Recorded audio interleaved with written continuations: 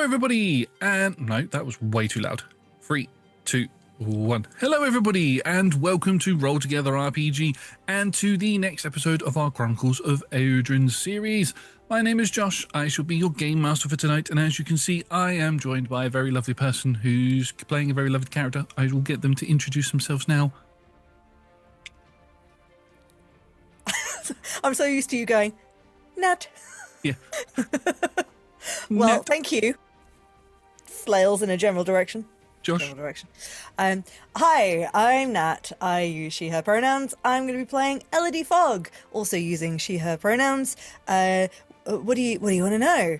I don't know how much time has passed between the last part of this series and this airing. Oh, in terms of the actual releases? Like, probably real lifetime. Yeah, real lifetime. Probably 8 months, I don't know. Whoa, okay. A long time. We've the whole of Path to Ascension is aired in between the start and end, so... Wow. Elodie Fogg, just a real normal girl, went to university, turned out she was angel blessed, kind of like oh god, the words have gone from my head. Asimar, depends on how you say it. I've been playing D&D a very long time. It's basically an Asimar, but our version is angel blessed. Had a curse put on her, a blood curse. Learned a bit of blood magic. Teamed up with people, was trying to escape the people chasing her.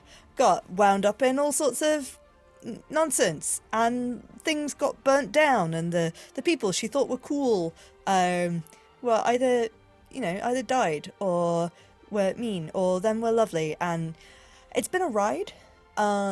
Then we had to defeat some real big bads, and on the way we used a magical thing. Oh yeah, she used to be able to hear the voices of fairy tale creatures in her head, and she used to be able to see them, but not anymore, because this magical device restored all of her fractured pieces of her personality and put her back together, and now she's kind of part bird folk. Just lots of things, but can also no longer hear all of her friends, the real life friends, and not the ones in her head either, and that's a lot. She's also gone from being a blood hunter to a wizard. It's been a real big time. She's got wings now, and bird feet. Did I miss anything? No, I think that sums about everything that happened in the other campaign in the past 40 odd sessions that we did of that, so... There was a lot. There was a lot. Emotions. Lots and lots of emotions. Yeah. Anyway, before we get into all of that, we have some sponsors and supporters that we'd like to thank. We are proud to be sponsored by Phoenix Dice. You can go to phoenixdice.com to get yourself some clickety-clack math rocks, including some limited edition Roll Together dice, which I have right here.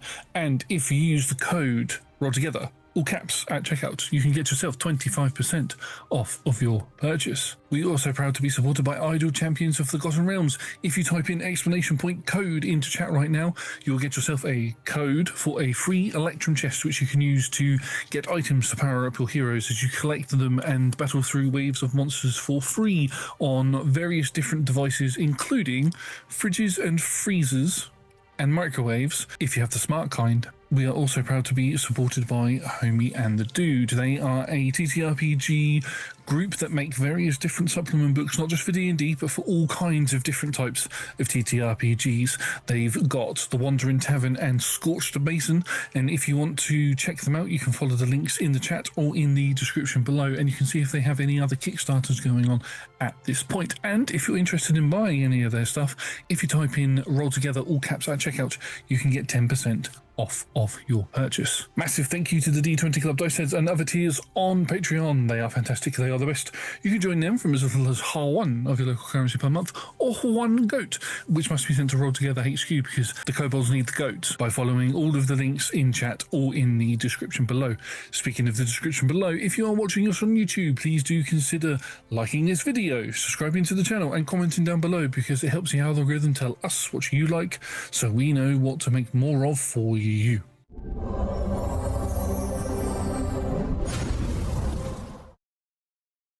In our last session that we saw Elodie in, which was the little snippet bit on episode 40 of Chronicles of Aeodrun Awakening, Elodie had a bit of a dream inside the void where they were approached by all of their other different variations of themselves.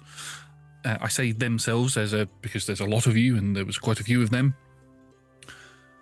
There was a degree of acceptance between all of you and Minerva, sort of accepting Minerva into the fold. And as you sort of all began to meld into one and you became Elodie, or it was more of an acceptance on your part because that had already actually happened in the other session where you decided to get into that tank of aether. You awoke on a beach with water hitting your feet. Your feet hurt a lot. And as you took your boots off, you saw that your feet were actually more bird-like. And as a figure began to approach you off in the distance with the sort of shimmering heat coming off of the sand, you let out a scream. That's how we ended that session, because that part of the session, because I thought that was hilarious to end it on that. Because I'm mean. Anyway, that's exactly the point where we're going to jump back into it, because it feels that we need to address that and not just sort of skim over it and just be like, hey, It's been a couple of days now, you're fine.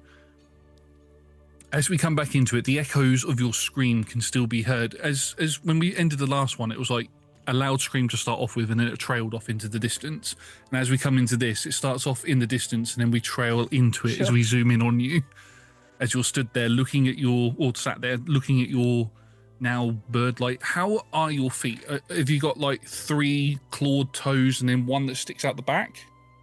Yeah, I think so. You'd need to for balance. You can't just have the 3 at the front. You've got to have the one at the back as well. Yeah, so that's how you're grasping. Yeah.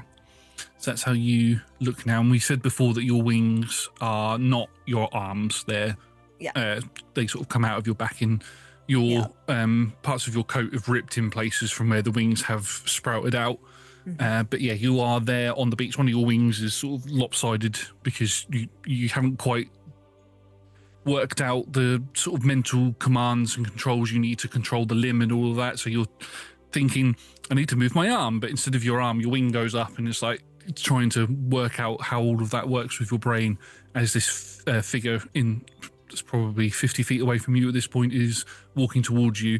The sea is still, or whatever this is that you're sat next to, big body of water, is still sort of lapping up, sort of waving at you as it sort of just caresses the bottom of your hi. Hiya. A little bit of seaweed pops up, seaweed, as it sort of still touches, really oddly, touches the bottom of your foot, which is actually another claw, so it gives you that sort of weird tingly sensation as it touches, and then pulls away again. I think after the scream, she's just tired. I mean, the system shock of, I mean, the whole fight after going into the chamber that transformed her, like, she'd been running on adrenaline, right, for as long as it took them to get to the fight with Savannah, and then seeing Minerva, her shadow, there and interacting with her, and then suddenly being overtaken by the shadow. Like, all of that time was sort of running on adrenaline and not properly appreciating everything that had changed. Because also she can now sort of see the connections a little bit more in the world. Like, she can see a little bit more of where the aether lines are and read it, and just has a sense of the potential for creation and destruction. And I mean, the body horror change is a lot on its own, let alone the sudden, the psychic, the new, like, intellectual information that's being taken in, and also the lack of noise, and everything has been overwhelming. So after the big scream, I think she's just kind of just blanking out, just spacing out, and just staring at her foot getting soggy, and then the water going away, and getting soggy, and the water going away. I think there's just, like, 404. User not found. Error. Yeah. Report error code. As you're sat there, all of the sound dissipates now. All you can hear is three things. The first is the waves as they sort of crash onto the beach and then pull away. The next is the seagulls up in the sky. And the third is the crunch of footwork or feet under sand as this figure gets closer to you. And they get to about 10 feet away from you. They're not going to get right up to you. Then you just hear, hello? Immediately rolls over, points the gun. What do you want? Whoa. Hold on. And you can see stood there a rather tanned man with graying black hair that's slicked back down to about his shoulders. Big full set beard. He looks like he's probably about 6.5 feet tall, very muscular, but he's got lots of like wraps and things on around him. Looks like he's dressed for desert travel. He has a big shoulder pad on his side, and he has a glaive on his back. He's like, whoa, hang on. I'm just coming over to check to see if you're okay. You okay? Who are you? My name's Zach. What's your name? Elodie. Elodie, good to see you. Are you a shipwreck or? Never you mind. We'll struggle, gravel words to her feet and try and look around. Does this man have an accent at all? Yes, because Josh doesn't do accents. He definitely has a Voltherian accent, which is, if you were to compare it to more, if you were to compare it more like in terms of like real world, it's more European going into the Egyptian style accent. So it's sort of like the cross between the two. Yeah. She'll stagger to her feet and kind of just. I think actually now she's been snapped slightly awake by this man approaching. I think she's just going to say, "Hold on," and actually, Aether is going to spread out from her fingers, and I'm going to cast the cantrip Moment to Think. Yep. So time has briefly stopped for everyone, apart from Elodie. She can take an additional action and move in space, but no time passes for everyone else. But in this moment, I think really she's not actually going to move, but what she's going to be doing is just looking around and taking a moment to think. The name of the spell. Like, she's at a beach, but this doesn't look like anything from near Merkstead or anything like that, right? It feels more deserty, right? Yeah, you can now that you've sort of had a moment to actually take a moment to think after your error code blue screen, the temperature instantly sort of hits you. You are in a much hotter climate, somewhere more familiar to you, although you are still getting that sort of sea breeze hitting you. So it's like, you know, one side of you is getting hit with the desert heat, the other side of you is getting hit with the sea breeze. So it's a bit of a weird combination of the two, but it feels, with the way that the heat is, it feels more homely than what you've been used to, at least in the past couple of weeks. Yeah.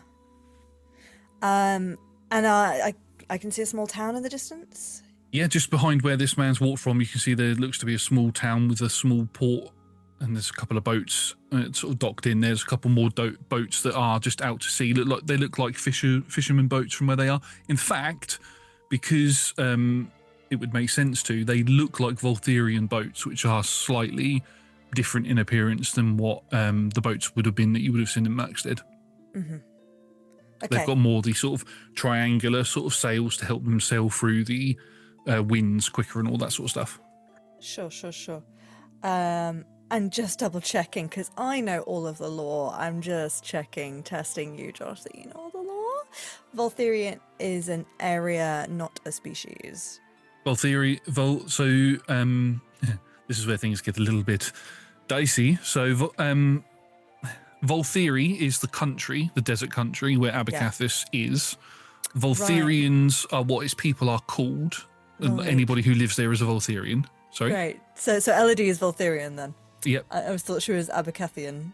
Sure. Well, Right. Abacathian is another name that people take on. People who come from the city are known as Abacathian. People who live in the deserts are known as Voltherian. Right. But the animal folk sometimes refer to themselves as Voltheri as well, as a name. The animal folk of what ancestry? All of them. All of them. Okay, All so of it's them. not just like specifically like wolfy animal folk. No. For Josh to Nat reasons, that's because Voltheri means animal folk in the ancient language, the same as Dimigan means dwarf. Great. That's something Elodie would know. And Yeah. obviously I Nat know as well. Yeah, of course. Great.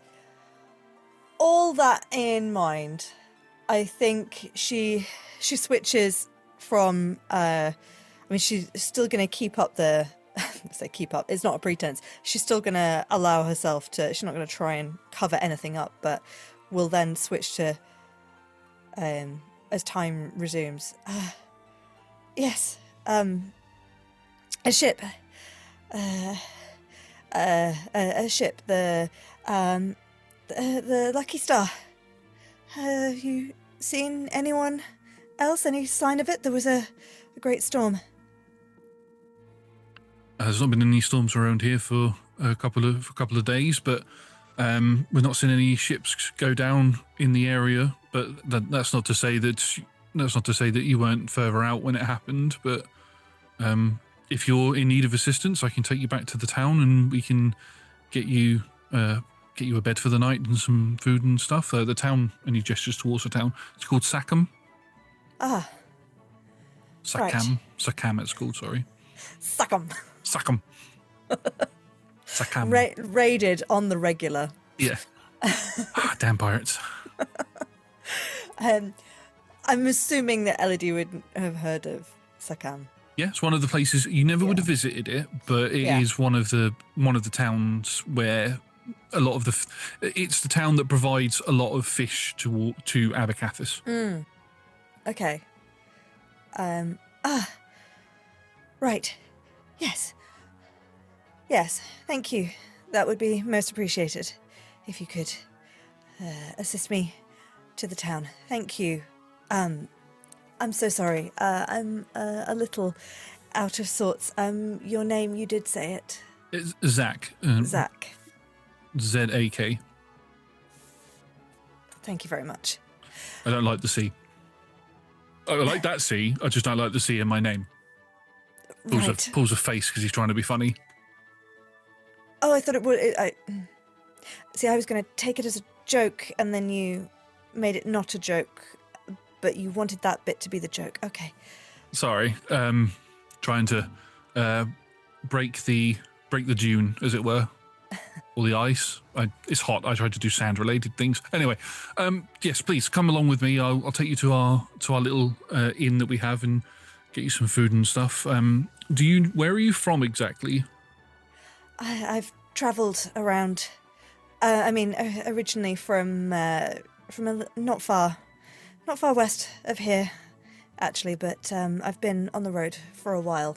We're supposed to be sailing around to Abacathis, as it were, but obviously didn't quite make it. No, obviously not. Do you know what it was? Was it that attacked you? Was it the Imperium? Storm. Hard to tell. There might have been something else in the waters, but the storm was the main thing. I'm, as you may tell, not really a sailory sort. I was a passenger. No, that's fine. If you require any assistance to get to Abacathis, I am can't quite get you all the way there, but I can at least get you to Hazelthorn. So that may come in very handy. Thank you. That's a very kind offer. I'm just going to make a little insight check. Would you like me to make you a deception check for any of those things as well? No, all of the blatant lies that she's telling. Yeah, go on then. Make an insight and a deception check. Let's see how well you do. I mean, not great on either. Insight is a 4 and deception is a 10. So he kind of he throws you in the sea. Yay. Get back in there. He sort of looks you up and down, looks at your feet, sort of looks around because there's still a little bit of blood on them from where you'd had them sort of compact in your boots. He looks over towards where you discarded your boots and sort of doesn't really say anything to it. Insight-wise, you don't read anything off of him. However, as he begins to turn around, you can see sort of gleaming in the sun, there is a brooch on his shoulder pad that attaches to the sort of little neck collar that he's got that sort of pulls up into a hood. And it looks like it is...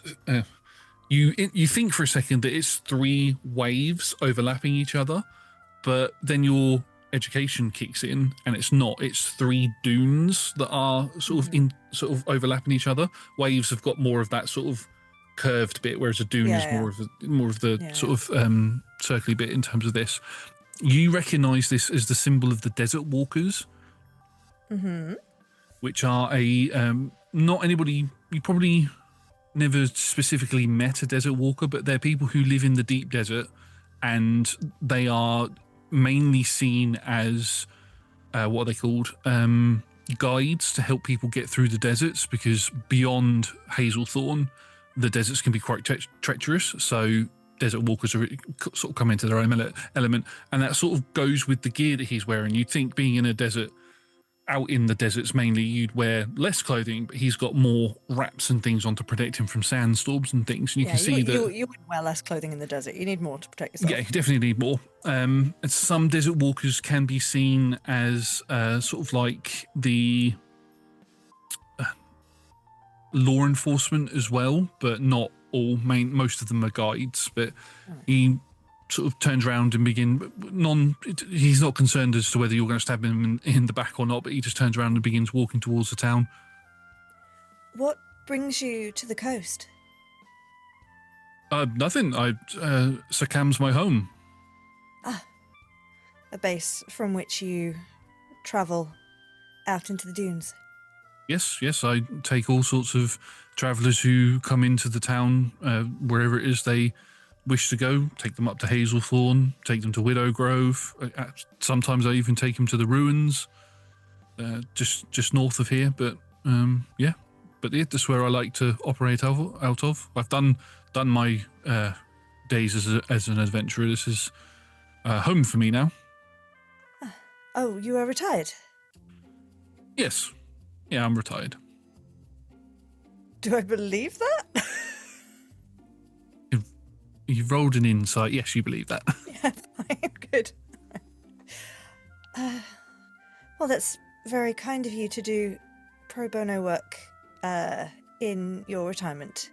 I get paid for it every now and then, so... How is that retirement, then? Oh, I thought you meant retirement as from being an adventurer. I'm retired from being an adventurer, but I get paid for this. Not all the time. It's not always money. Sometimes people pay me in food, or they pay me in a bed to sleep in for the night if I'm taking them home or something. Are you expecting me to pay you for walking to the very obvious town that's nearby? Why would I charge you for that? You could have made your way there yourself. I just want to make sure you get there okay. You looked a little bit dishevelled when I saw you on the beach. Seeing strange, vulnerable people clearly in distress, some may take advantage of the situation. Right. Not my cup of tea, unfortunately. Noted. I appreciate that. Thank you, Zach. That's all right. Come along. And he leads you into the town, and it is very much a desert town. The streets are completely covered in sand. The buildings themselves are made out of a strong sandstone. They've got lots of wooden... what you would see is the wooden frames of a house that the bricks then put over. The frames are sort of on the outside of the house as the stonework goes around it, and a lot of them have got sort of canopies over the top. Because in a sandstorm, a lot of the roofs get blown away, so they don't bother with putting solid roof on the top. Cloth they can replace easily. Mm-hmm. As you enter in, he walks you towards the centre of the town, where you can see from the foot traffic that there has been, the sand has sort of been naturally formed into a sort of road, and there's carts and things that pull along, that are being pulled along as they're heading down towards where the dock area is. And there is one large building in the center of the town with its shutters are open, and there's a couple of seats outside, and you can see there's a couple of people out there who are drinking cups. You can see a couple of people in Imperium armor sitting there as well, including, and there's also a ship in the docks as well from the Imperium. You can tell because it's made out of a much darker wood, and it has black sails with a merchant sign on the flag.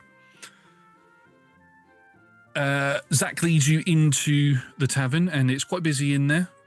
He has a little look around and looks towards the bar area, and he waves, and a woman behind the bar waves back to him with a big smile on her face, and he gestures for two and points to one of the booths, and she nods, and you watch as she disappears and pulls a tray out with some drinks and stuff, and she begins walking over as he gestures for you to take a seat with him. Please take a seat. I've got some drinks coming over. Non-alcoholic, For now, I'm afraid, just for a the tea will moment. be fine. Good. He looks back over, and he holds a hand up for hang on, and then gestures for tea. And you see the woman behind the bar sort of goes thumbs up and then disappears out the back through the sort of cowboy-esque sort of doors into the kitchen. I can't remember what they're called. Just swing doors. Swing doors, that's the word. Into the kitchen. He stands there and waits for you to sit down.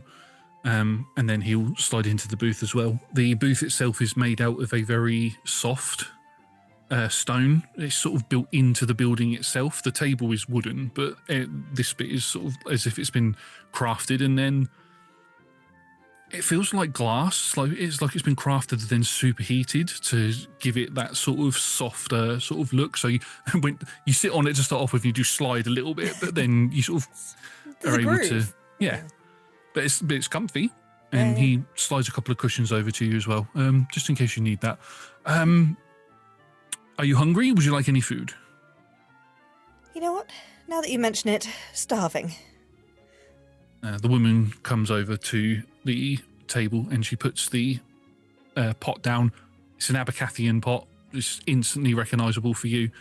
Abacathians make the best tea.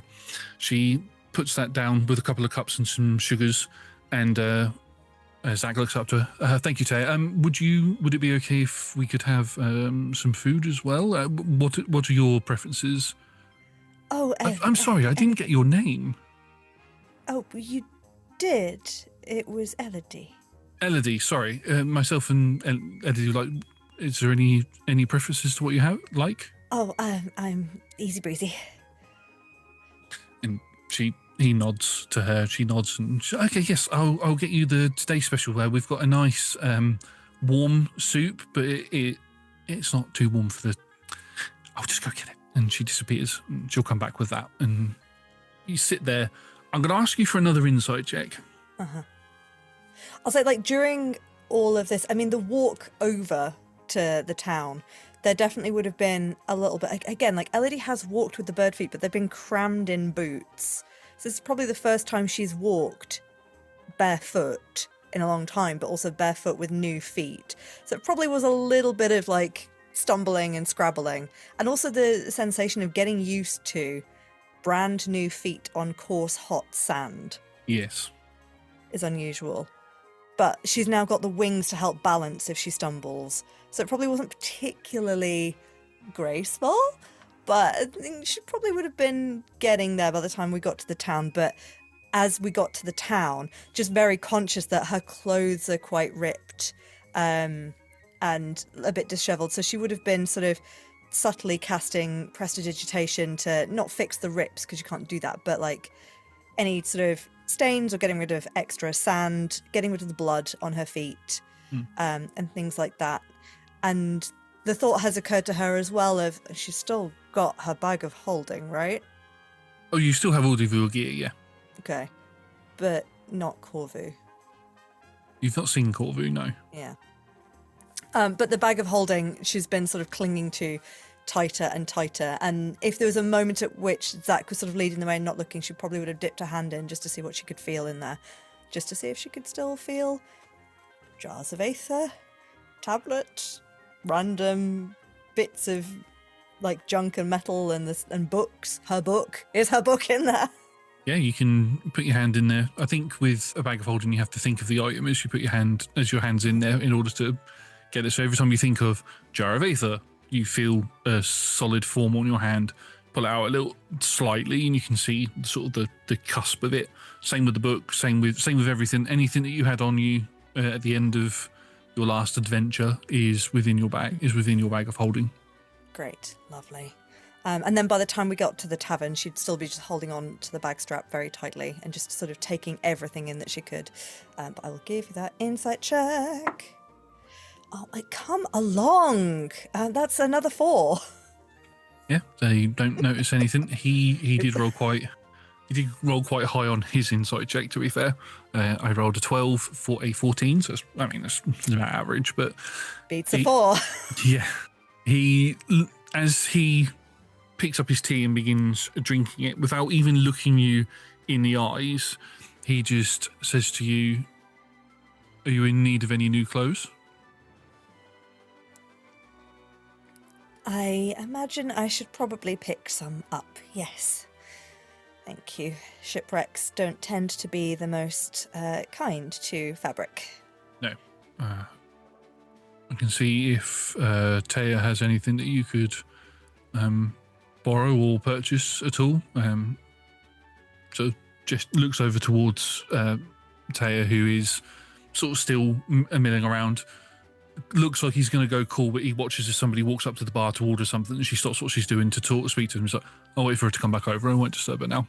Oh, I don't need to borrow off your friend. I'm sure there will be a shop, and I can have a chat with them. Maybe do them a favour in exchange for clothes. I'm sure that will be fine.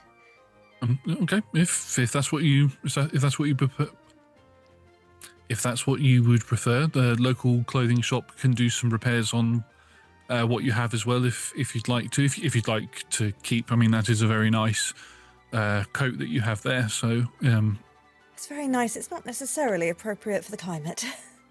No, but definitely not. But get yourself some desert traveling gear. If you are looking to travel to Abercathis, then you will definitely need some of that. If you say that in the shop, they'll provide you with all of the necessary goggles, masks, all of that sort of stuff that you need, whatever your preference is. Wonderful. I shall do that. Thank you. No worries. He just sort of sits there and still, as he's sipping the tea, he does look up at you. Mm-hmm. Oh, there's definitely, it's been a long time since she's had good tea. Yeah. They don't make it the same way in Merkstead. Tali and Lilla are, they're very kind and very generous, but, it's just not the same as freshly brewed and done right. So there's definitely a moment of, with all of the sensory shocks that she's had, this is just something nice to cling on to. So doing the full ritual of smelling and sipping and holding and savouring. He watches you sort of. Is there what's the word? I'm trying to think of a way to say it without making it sound creepy. But is there a look of pleasure on your face when you take the first sip? It's a pleasurable experience. Yeah. And he nods. Definitely from somewhere where you haven't had good tea for a long time, or come from somewhere anyway. The East Coast is barbaric in so many ways. Yes, well, now you're on the South Coast, so it's good to be home. But I have a couple of more questions for you, if that's okay. Of course, I don't want to overstep the mark. I know we've only just met. That will depend on the question, but you have been very kind. So ask away, and if I can, I'll answer. Your accent seems rather homely, not quite the same as mine, but Abercathian maybe? Originally, yes. When did you leave there? I've been travelling for a couple of years now. Interesting. That's good. And did you bump into any? Good? It's good to travel. It's good to get outside of the cities and travel around, get to experience the world and see different cultures and how the other kingdoms and countries live. Did you come across any Imperial ships while you sailed around? Where did you sail from? That, I'm afraid, is a little more classified. But down the east coast, and we certainly did see some Imperium presence. And the storm, you say, is what caused your ship to sink? As far as I know, yes. What colour was it? The ship. The storm? Just a normal storm. Hmm. Why? Takes another big sip of... I'm going to do it with a cup just so I can hide my face. Takes another big sip of his tea, although my mouth was muffled when I said that, but takes another big sip of his tea as he looks at you and places the cup down. Why? What other kinds of storms have been happening? Well, Elodie, there's only one type of storm that you'll see when you sail from the east coast to the south coast. And that's an aether storm, purple storm that's surrounding the old ruined city in the kingdom of Aslora. Just got its own place names then. It's very difficult for ships to sail through that. Not even the most skilled captains can get through those storms, so... No wonder we crashed then. No wonder you crashed, exactly. Even the Imperials won't go near it. We have a lot of Imperials come here to rest up when they are patrolling the areas to make sure that fishermen or merchant ships don't try wandering in that direction. A lot of ships are still scared to sail out of the shallows.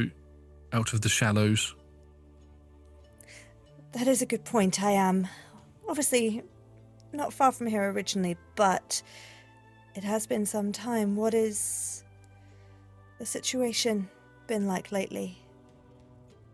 In for terms those who of are not of the Imperium.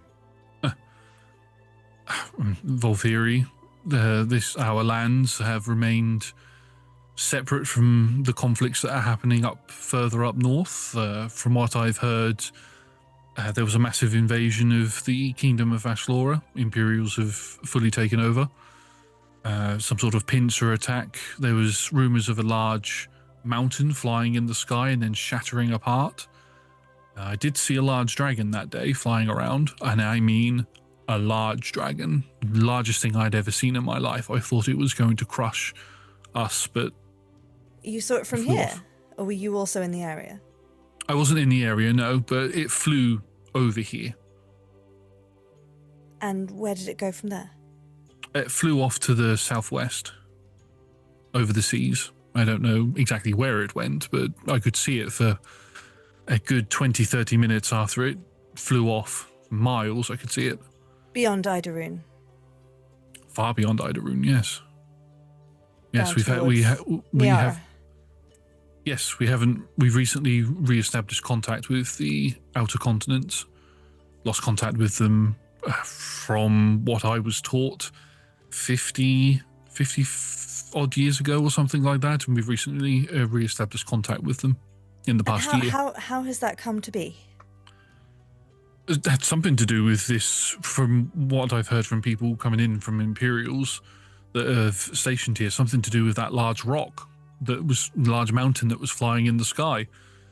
Broke apart, broke some sort of a barrier that was over the continent or something. I'm not quite sure that I believe that myself. Whatever was troubling the deep, whatever creatures were troubling the deep must have been dealt with by some outside source. That's my belief anyway. Yes, interesting. And so the Imperium hasn't made their way down here too much yet, although I did notice a small presence. We do some trades with some Imperial vessels and stuff, but nothing with Imperial merchants. But we don't allow any of the warships near the docks or anything like that. We are permitted to do trade with them still, but yeah, they're not. I don't know how to say this without insulting them, but they're smart enough to not attack the desert. hard to traverse across. It's the same reason why they've never attacked the marshlands that are in the kingdom. It's too difficult terrain for them to get through, especially in large numbers. They'd have to take Abacathus, and you're Abacathian, you know that's impossible. I mean, as much as I would like to continue to believe that, these days I don't think anyone is ever safe. Oh, what a grim conversation. I'm so sorry. Thank you for the update, though. I don't know how many days. I got slightly lost, so I don't know how many days that's been. But it's good to know the lay of the land. Is there someone around here who might be a little bit more tuned into news? Yes, but certainly. I mean, talk to anybody in the town, you'll get various different gossips and all of that sort of stuff. Actually, if you want to go speak to Taya is she doubles up as a writer for the local paper. So if you'd like to speak to her, she does a lot of interviews with a lot of people around here. So and she'll talk to you. Bartenders, I suppose, do classically hear a lot of gossip. They hear a lot of gossip, but one of her favourite things to do is to fact check the things that she hears, and she likes doing her research into that sort of stuff. So I like the sound of her already. Well, if you please feel free to, and if you'd like to take up the offer and ask for her to help you with your clothing situation, then please feel free to. I'm gonna take my leave. I'm gonna let you acclimatise yourself to everything around you. I'm just going to pop upstairs to get some bits. I will speak to you in a little bit. Enjoy your food. Thank you. Are you based here at the tavern for now, if I should need to call on you? Yes, upstairs. I'm the first room on the right. And do you have any missions or quests that call you away, escorting people that will call you away in the next couple of days or so? Not at the moment, not unless anybody in particular wants me to escort them anywhere. And how much to traverse from here across to Abacathus? I won't take you to Abacathus itself, but I can get you to Hazelthorn. Yes, I can get you to Hazelthorn, where you can get a cart or walk the rest of the way. The roads that lead to Abacathus are from Hazelthorn are a lot more laid out than what they are between here and there, so you don't need a desert walker to get you that far, but I can lead you there. We can negotiate a price if you'd like. I'm not going to charge you through the nose for it. I'm not that way inclined, but we can sort out something. Very well, thank you. I will be in touch.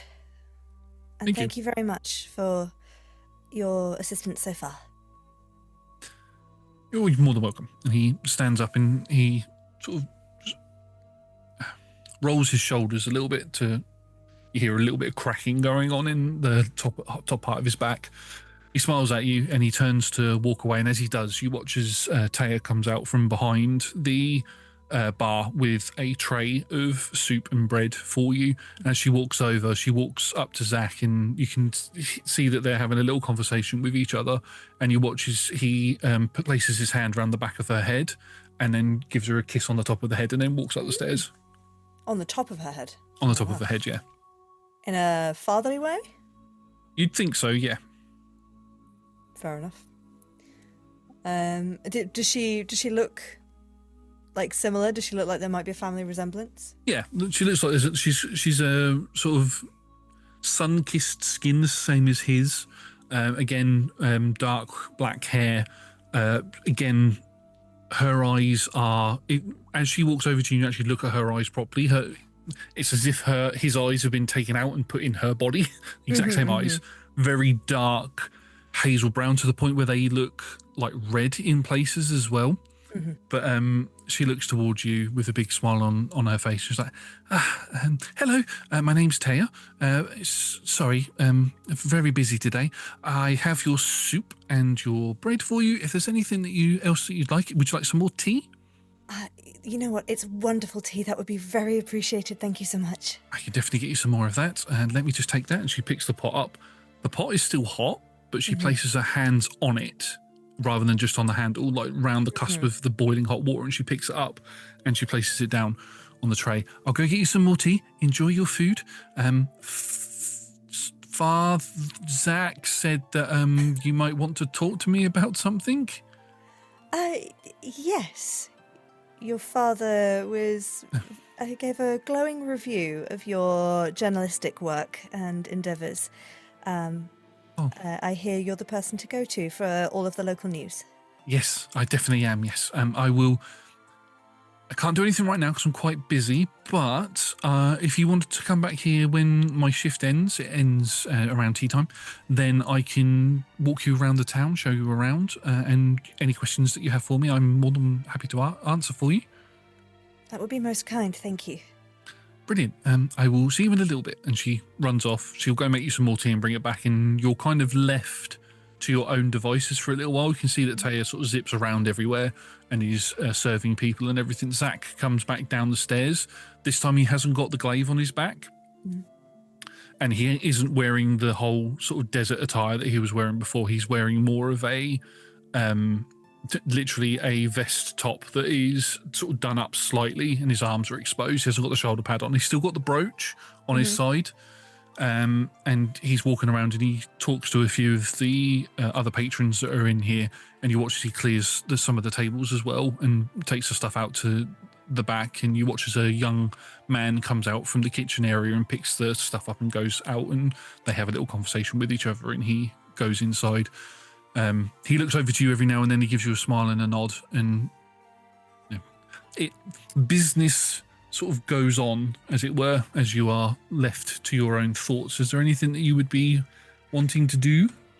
Yeah, I think, I mean, there's definitely the moments of appreciating the tea, appreciating the soup, but left alone again, there's just now a conscious, like, trying to keep up the facade of, like, everything's fine, I can trust these people are nice, they're not going to betray you, it's fine.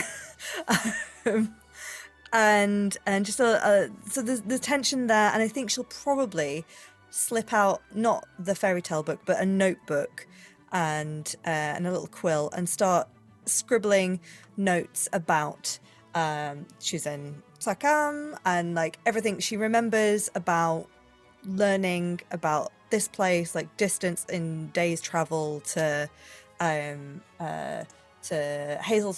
and to Abercathis from there, and anything that he was saying about like the Imperium's presence and Aether Storms as well.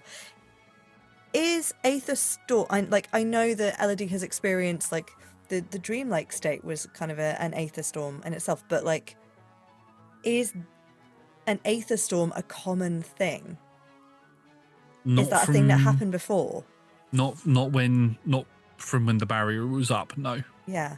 So that's like new word, not only for her, but also like for the world. And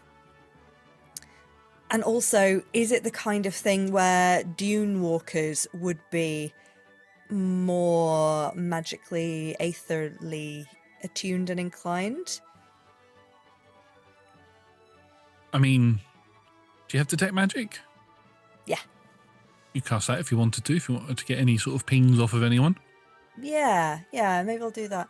I think it just in terms of like general lore, because I think there was definitely a feeling of when she was studying at the academy, they were being taught about magic and like aether and the different types of energy and all of that kind of thing. But is it like general knowledge? Because I mean, people like Udric are magic, but he has no idea about aether and magic, right? And the only other really magical person, the person that uses magic in the same way that she's met as Lily but not really had a chance to talk, like Brahm does a bit of magic but also didn't quite know where it comes from. Xenia does magic, but that definitely comes from the Imperial experiments and the Thatched Paladins and like that kind of stuff. Yeah. Right? So where do the Dune Walkers sit on the know about magic, have inherent magic, don't know about magic at all kind of scale. So looking at your notes, because we've established that you carry around a plethora of notebooks with you and everything from your university days. Aether is something that isn't wildly known about as it is in the world. Everybody knows that those who are educated, like go to a magical school, are taught that the magical elements that are out there, the 7 elements of darkness, light, fire, earth, air, water, light and dark, and I said light and dark, nature is the other one, sorry.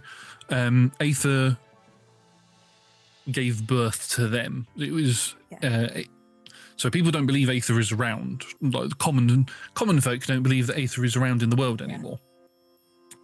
And then those 7 magics were created, and then from there they splintered off into others like ice, lightning, and all of that sort of stuff. And it's sort of that's how magic has evolved over the course of the world.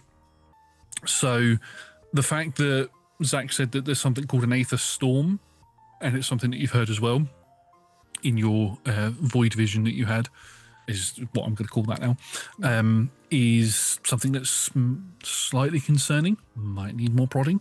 Mm-hmm. I think that's the thing, because she's been surrounded by people who like the members of the Sparrows and Varric, who kind of, they know about Aether, they use Aether, so it's just a common parlance, but they're not like normal people, they're not random civilians. So it's good to get a reminder of the sense of like where we sit in that. Where you sit in that. In terms of how Dune or Desert Walkers, 2 different types, but they go by the same name, either, depending on what you want to call them. They can be magically gifted, as anybody can be, but they wouldn't know anything about the details of Aether as far as you're aware. Okay. From what you've learned about them, because you would have learned a fair bit about them at the university. So, that's everything that you'd gain from that. Cool. Okay, well, with all that in mind, we'll cast Detect Magic to see what's going on in here. What's the general populace of this town like in terms of magical inclinations? Is it common? Is there anyone here with any knowledge that Elodie might share? But it will be kind of subtle again. And I think while she's taking notes, I think from force of habit, she'll be sort of muttering to herself as if the menagerie were still there. But it becomes a bit of a, okay, and then that can't be right, because if that was, then, I wonder what else he knows, and maybe I should see. And then she just sort of focuses for a moment, because I will ritual cast it, I think. So focuses for a moment, and then just sort of Aether, and like a sort of a little shimmery ripple goes out, like a radar or sonar, kind of beep beep beep beep. Sort of around. Just like a little purple shimmer that only she can see to detect. Yeah. As you cast Detect Magic, has a 30-foot radius on it, so that covers this entire place. Zach is walking around amongst the people. You can tell from him that he has no inner magic within him, so he's not magical, although he is wearing a pair of earrings that look like they're magical. And he's got a magical residue around his back area where the glaive was. Right. So that's probably magical. There's there's a couple of people in some of the booths that are emanating a small amount of magic, not anything powerful in game terms. They're people that could probably cast cantrips, sort of thing. Sure. They're carrying a +1 weapon. Basically, yeah. The most magical source that you get comes from Taya. She not like overly powerful, but definitely more powerful than anybody else in here. In terms of game statistics, she's probably like a 1st or 2nd level sorcerer. So, but she's just walking around. She's the one that's glowing the most. Lots of, trying to think of the magic types. conjuration is the strongest presence that you see from within her, but there are the other sort of schools of magic sort of leak out of her as well a little bit. But she just, yeah, that's what you get. Great. Okay. So I guess next time she comes over, we'll have sort of perked up. I mean, you know, food and tea does wonders. It's not going to fix everything, but it does help a lot. I think there's also been moments when she first sat down of realizing, like, these wings are big, and how do you negotiate, like, sitting down with wings that go beyond your butt, and how do you neatly sit? So there's still, like, slight awkwardness of, like, if she's in a booth chair, just being like, where do they go? How do avians deal with this? And it doesn't help every now and then that because of what the sort of booth is made out of, every now and then when you do move, you sort of slide a little bit extra as you're moving around.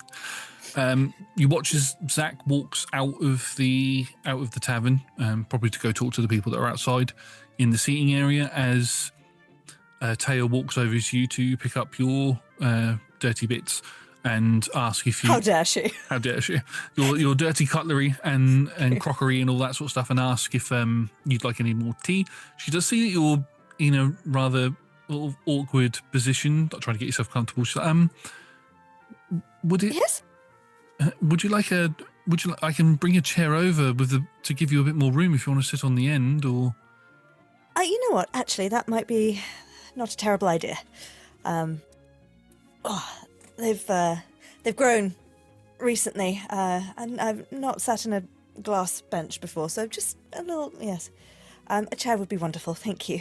That's fine. She puts the trays down on the bar, walks over, grabs a chair, because the chairs are actually on the other side of the room, rather, because you're in the booth section. Uh-huh. So she brings a chair over and sort of plonks that down. Hopefully that's better. Anything else I can get for you at all? Well, yes, I was wondering if you could give me a little bit more information on what's been happening around here recently. I don't know if your father mentioned I'm not from around here. I've been out of town, so would like to catch up. Just checking in. He mentioned the big events recently of the mountain and the... Oh, that wasn't recent. Sorry? That wasn't recent. That happened about a year ago now. What? Yeah, the story of the mountain rising into the sky and it shattering, rocks falling, and then a large dragon flying over the place. That's I fact checked all of that. Turns out it did actually happen, which was made for a good week in the papers. But yeah, that happened about a year ago. Do you still have copies of the records and the papers that you wrote from that time?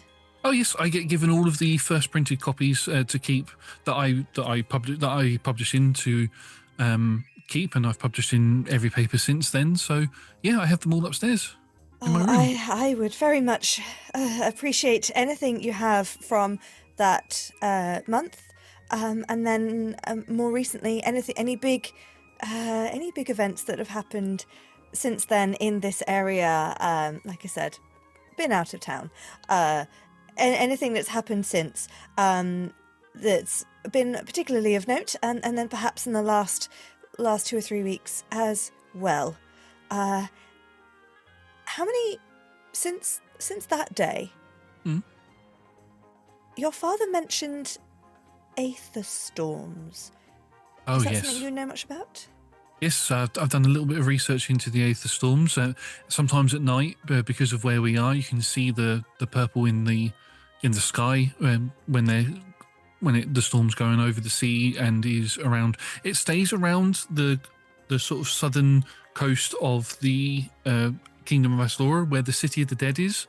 It sort of stays around there, but any ships that try sailing that way get absolutely destroyed by it. It's Has that been a constant since that day? Or does pretty it come much, and go? yeah.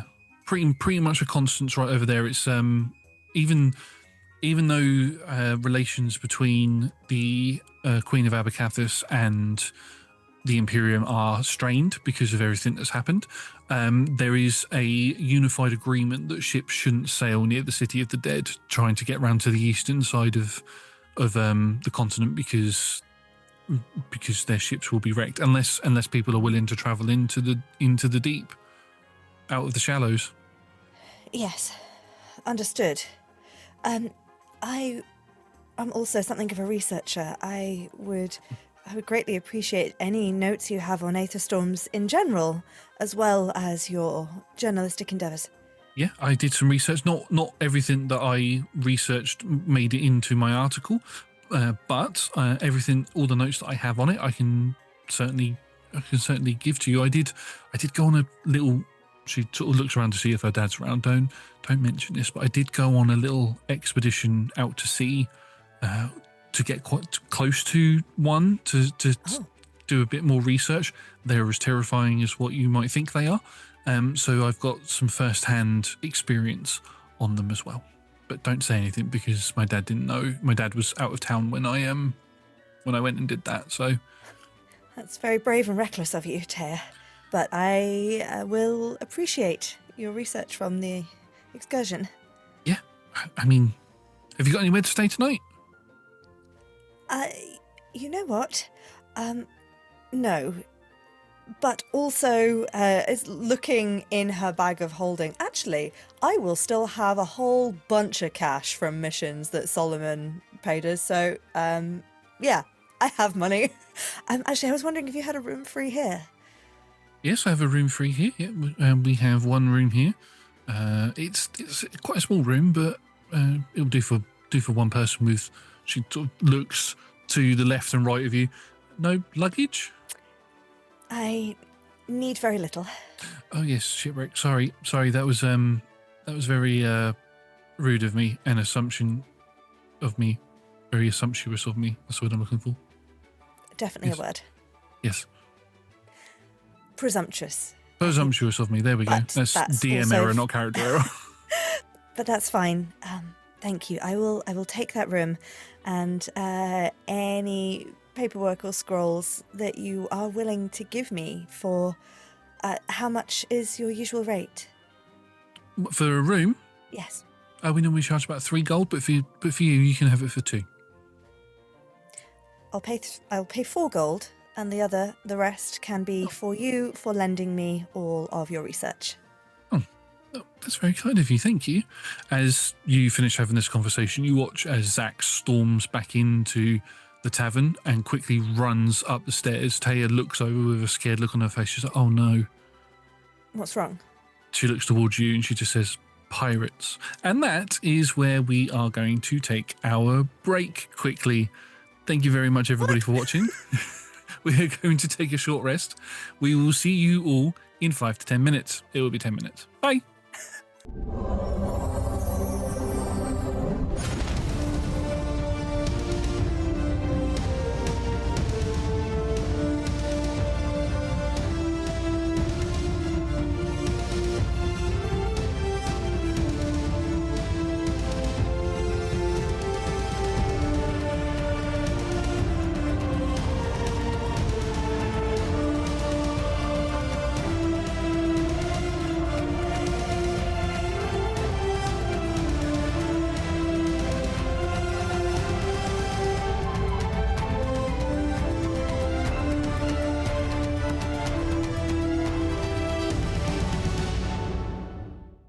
Hello everybody, welcome back. We have had our short rest and we are going to continue with today's session. In the first half, Elodie woke up on a beach, screamed a little bit, sat there with blue screening, met a person called Zach, realised that he's a desert walker who is a person that travels around the deserts and guides people to and from certain places. Ending up in the town of Sakam, which is his hometown, a port town as it were as well, and met his daughter Taya, who they seem to run the tavern here. There were some conversations had. Elodie learned some stuff like a year has passed and the Imperium seems to have quite a large bit of control of the world that she is aware of at the moment. Aether storms are a thing, and various other bits of information were revealed when... UK. Just a fly. Doesn't happen until I start recording. They start to... It just started going around everywhere. Anyway, the first half of the session ended with Zach storming back into the tavern, going upstairs, and then Taya saying to you, pirates. And that's where we're going to pick up the session with Zach storming back down the stairs with glaive in hand. Pirates where? Immediately here? Yes, just outside. They're causing problems again. I just need to deal with this. It doesn't always get violent, but I need this just in case. Taya, you're more than welcome to stand out there as well. Yes, Father, but just before you go out, and she walks up to him and she places a hand on his shoulder. May Vyash's light keep you safe. And she casts Shield of Faith on him. Thank you. Do you require assistance? Looks towards everybody else who's kind of sinking into their seats and stuff. Nobody's looking to go outside at the moment. Any extra presence outside might help. Elodie stands up, unholsters her gun, and loads it. Looks at the gun, looks at you, nods with a look of approval, and then carries on walking out. Stay safe, Taya. I will. I'll just be in the doorway. And as you follow Zach out, Taya follows up behind you and is just in the doorway watching everything that's happening. The scene that you can see just outside in the sort of seating area outside of the tavern, when you walked in, there were 4 Imperium-dressed folk merchants sat eating lunch and drinking drinks and all that sort of stuff. These are the people that Zach probably came out and spoke to when he walked out. They're no longer They're no longer sitting in those seats. They are instead stood in a line in kind of the road area, and opposite them are 5 sailors. You assume they are when you first see them.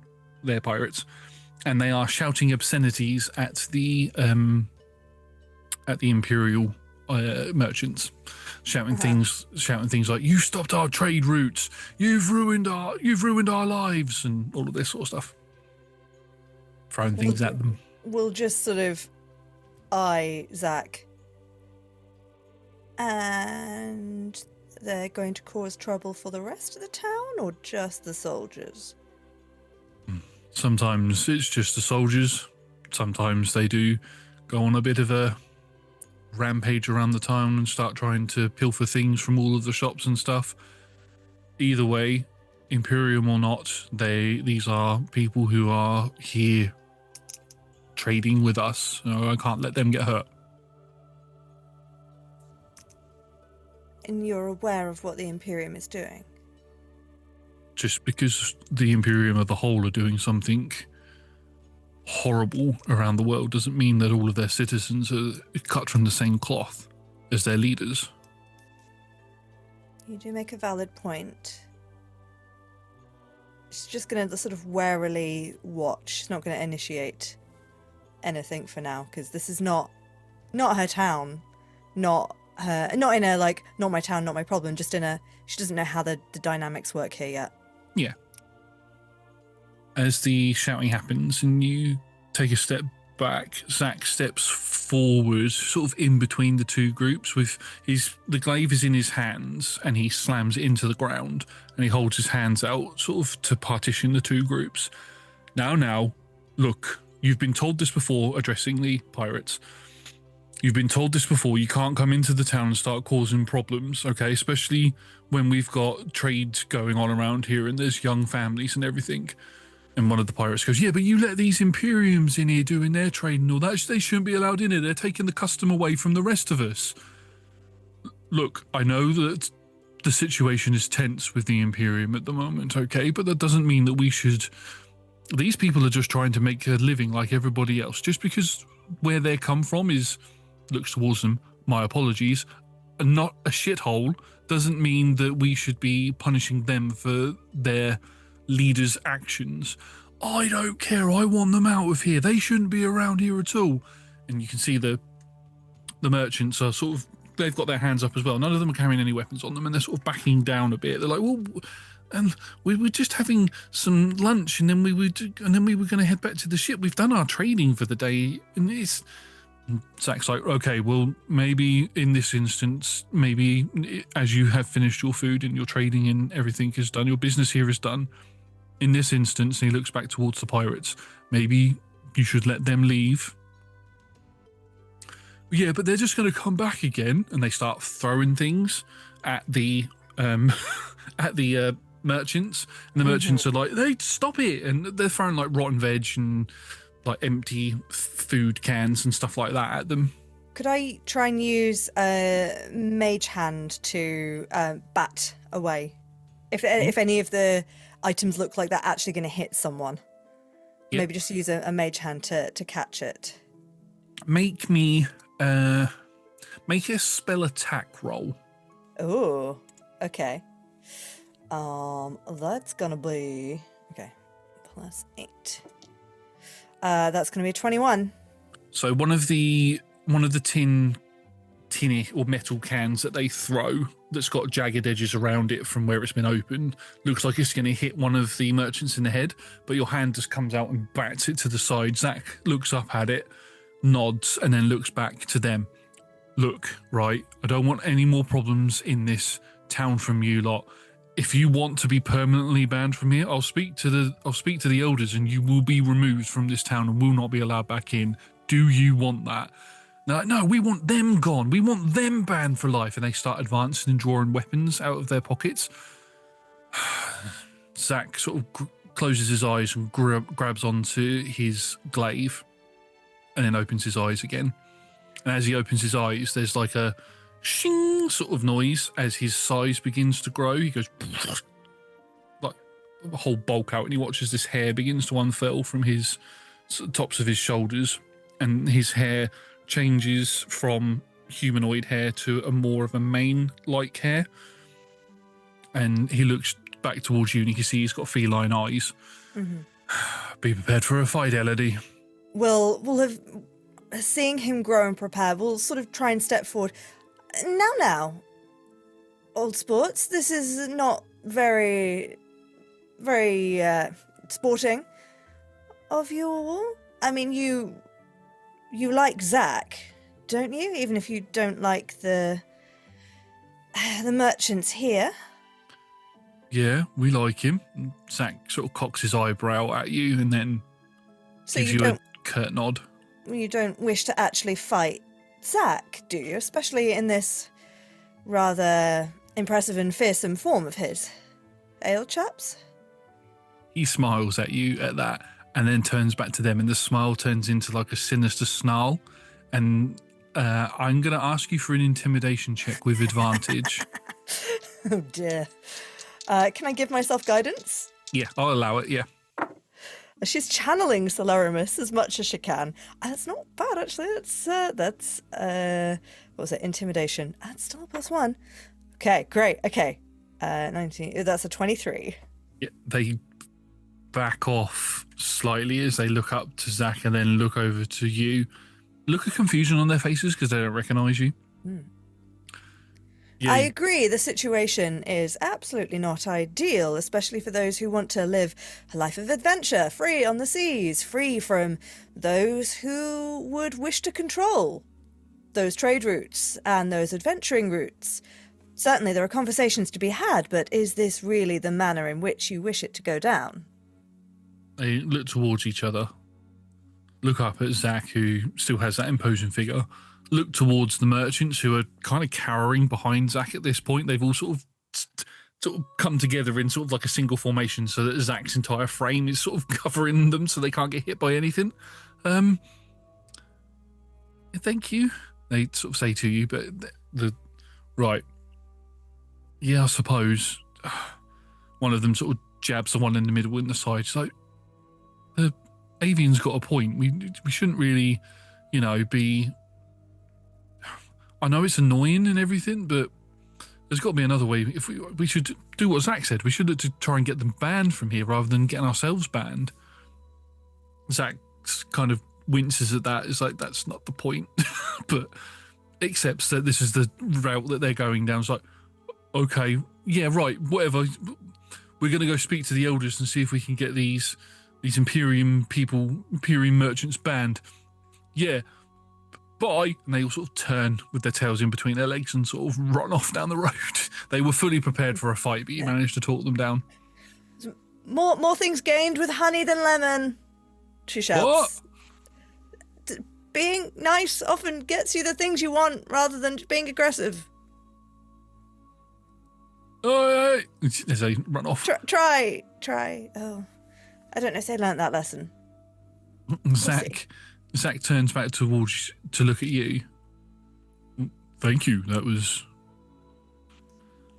Talking to them doesn't normally work. Hitting them with the blunt end of my glaive tends to knock them out of their little stupors that they get themselves in, the little tizzies that they seem to get themselves into. Thank you for that, Elodie. Sometimes blinding people with logic can help.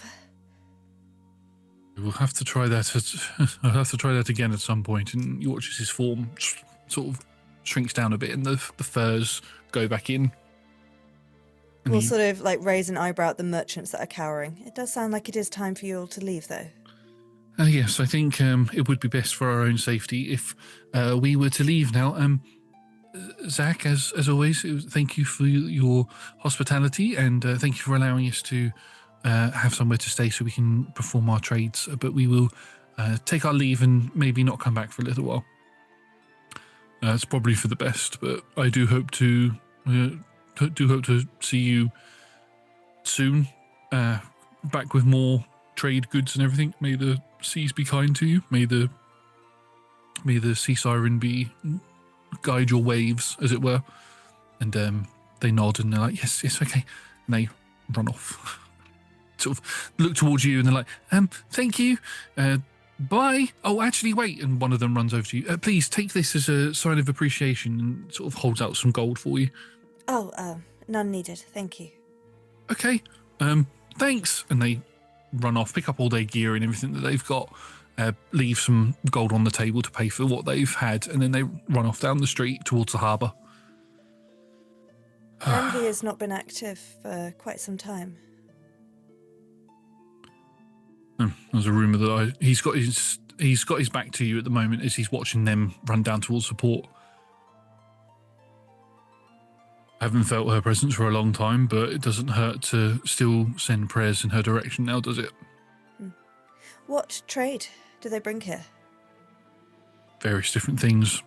Imperial leathers, rocks, some of their new mining, some new materials that they've been able to mine from the extra bit of land that they've suddenly acquired outside of their city and stuff. Stolen goods, then? Well, then... and he actually turns to fully face you, not from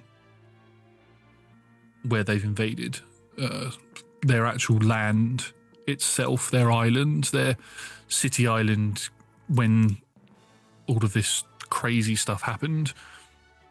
They gained new land mass, so they've been mining the new land that they have. Ironic, considering that's what they were after with the invasion. True.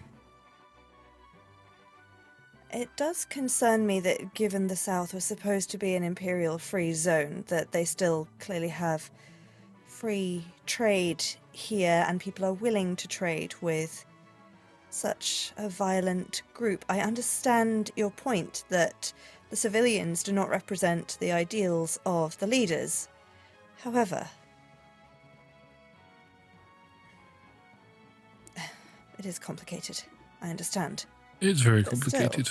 Any weapons that they carry on them are confiscated from them on arrival, to the point where now they don't even bring them with them anymore. Warships are not allowed anywhere near here, but... I mean, you say not allowed. Feels like, at the moment, it's not convenient for them to try. You could be right there, and I fully expect at some point that they will probably try a full-scale attack on one of our southern coasts, but when that day comes, we will be here to fight them. It baffles me that the Queen of Abercathis has not put sanctions out on them.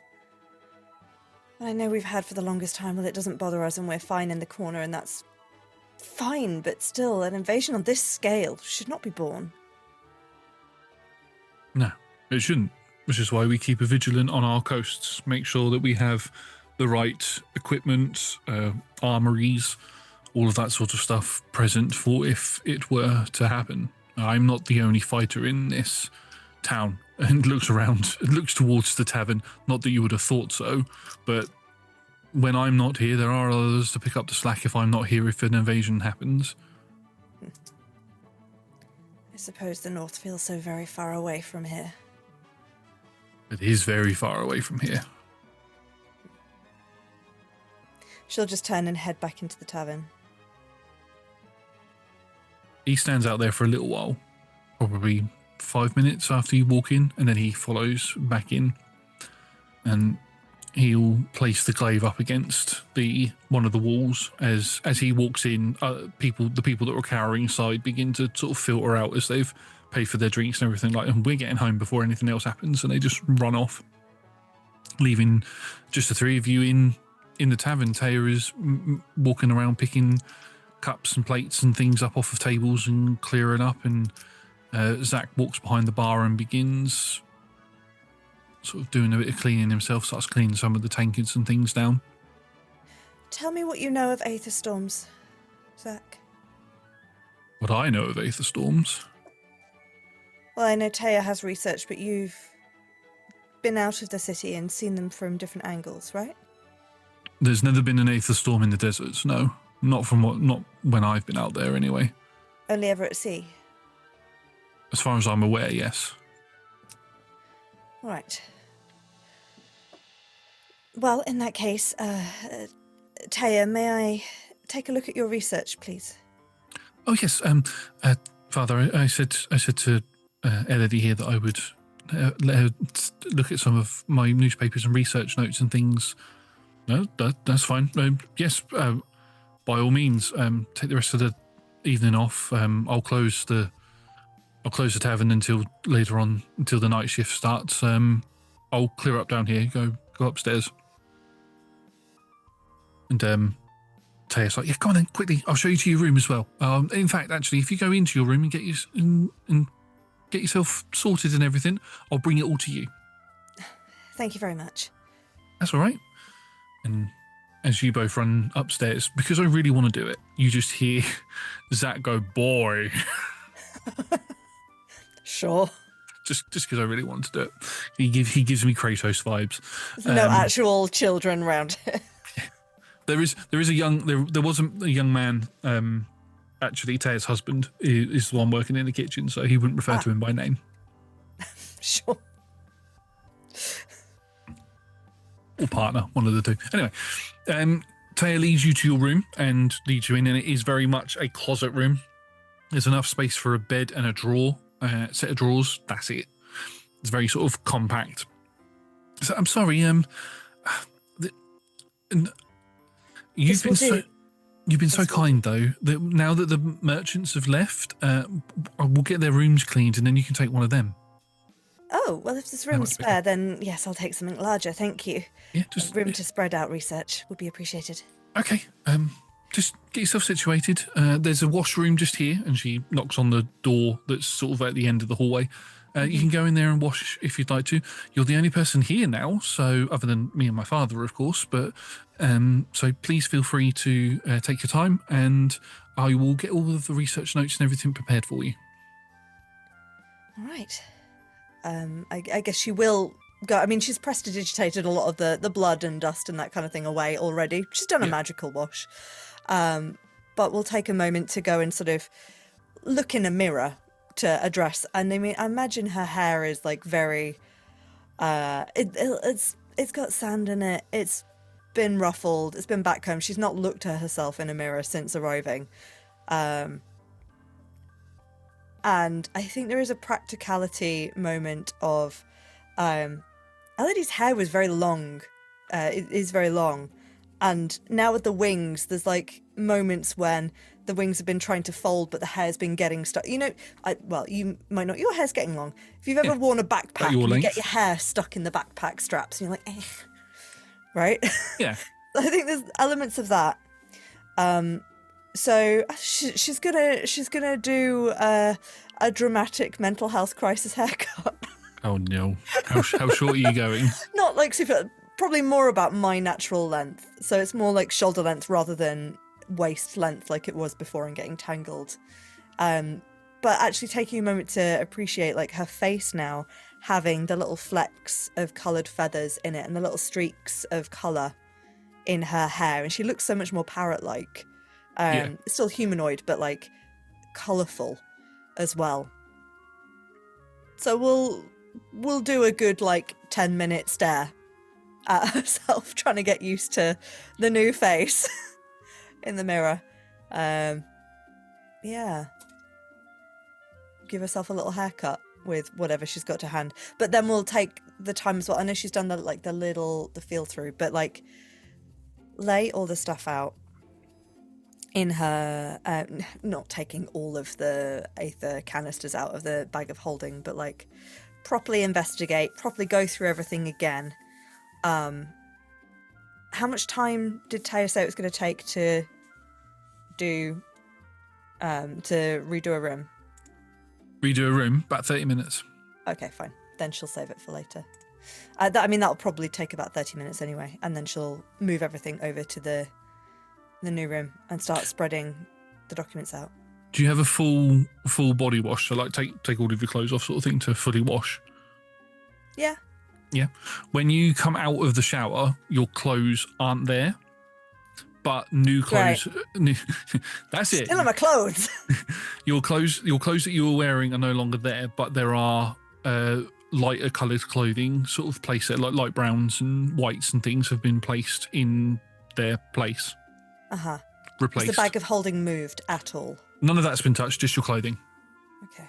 Maybe the strap has moved slightly from where they picked the clothes up, but that's it. Has she still got her braces that she had before? Anything that was like actual clothing. Actually, no, the braces wouldn't be there either. Actually, because they would be considered clothing, so they've been taken as well. Okay, those are my braces of archery, and I need those. Yes.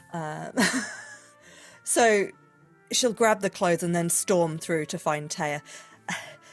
Where are my clothes? Oh, hello. And as you storm out of the sort of wash area, you can see Taya has your clothes in her hand and is walking them into one of the new rooms that she's about to put you in. So, they're here, and you can see the braces are rested on top. I did a little bit of a patch job as much as I could. There was a couple of tears and things on them, and I gave them a quick wash through in things. So I hope that's okay. No, it's not okay. That's entirely not okay. Please don't touch other people's things without asking. I know that came from a place of good intentions, but really not okay. I'm sorry, you seemed really out of it when I sort of knocked on the door and looked in. You were completely... I was having a moment. Don't Sorry. take people's stuff, Taya.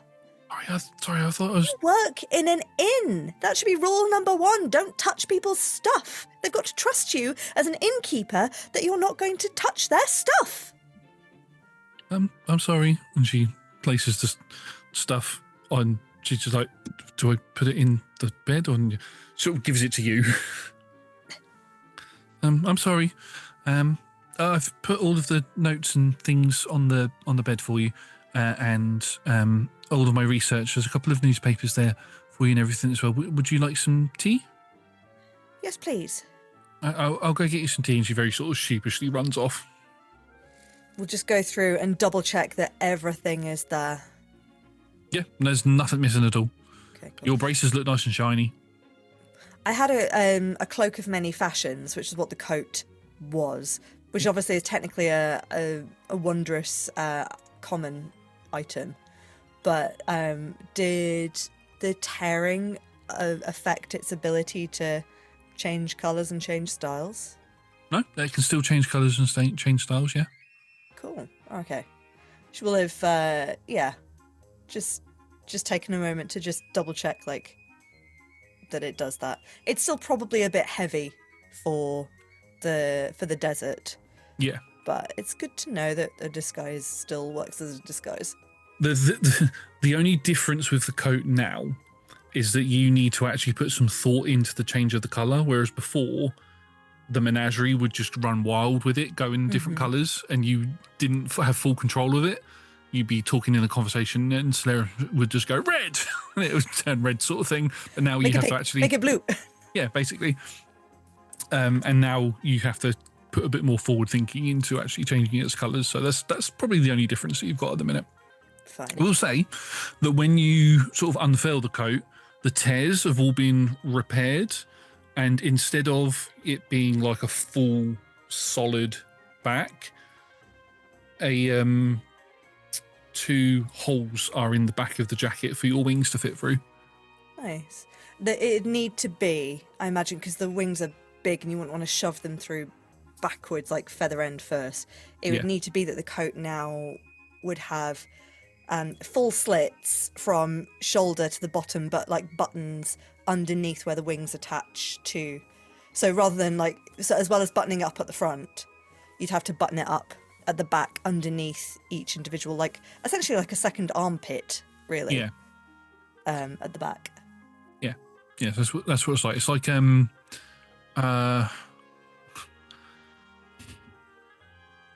like the hooks on a bra.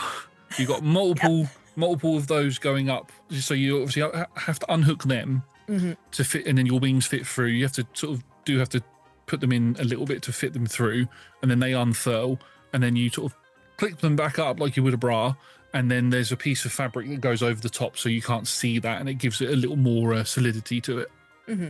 Yeah, they've got a panel. Yeah, basically like a panel. Yeah, so that's been changed for you. Once you're dressed and can start flicking through the notes, you hear a knock on the door. Come in.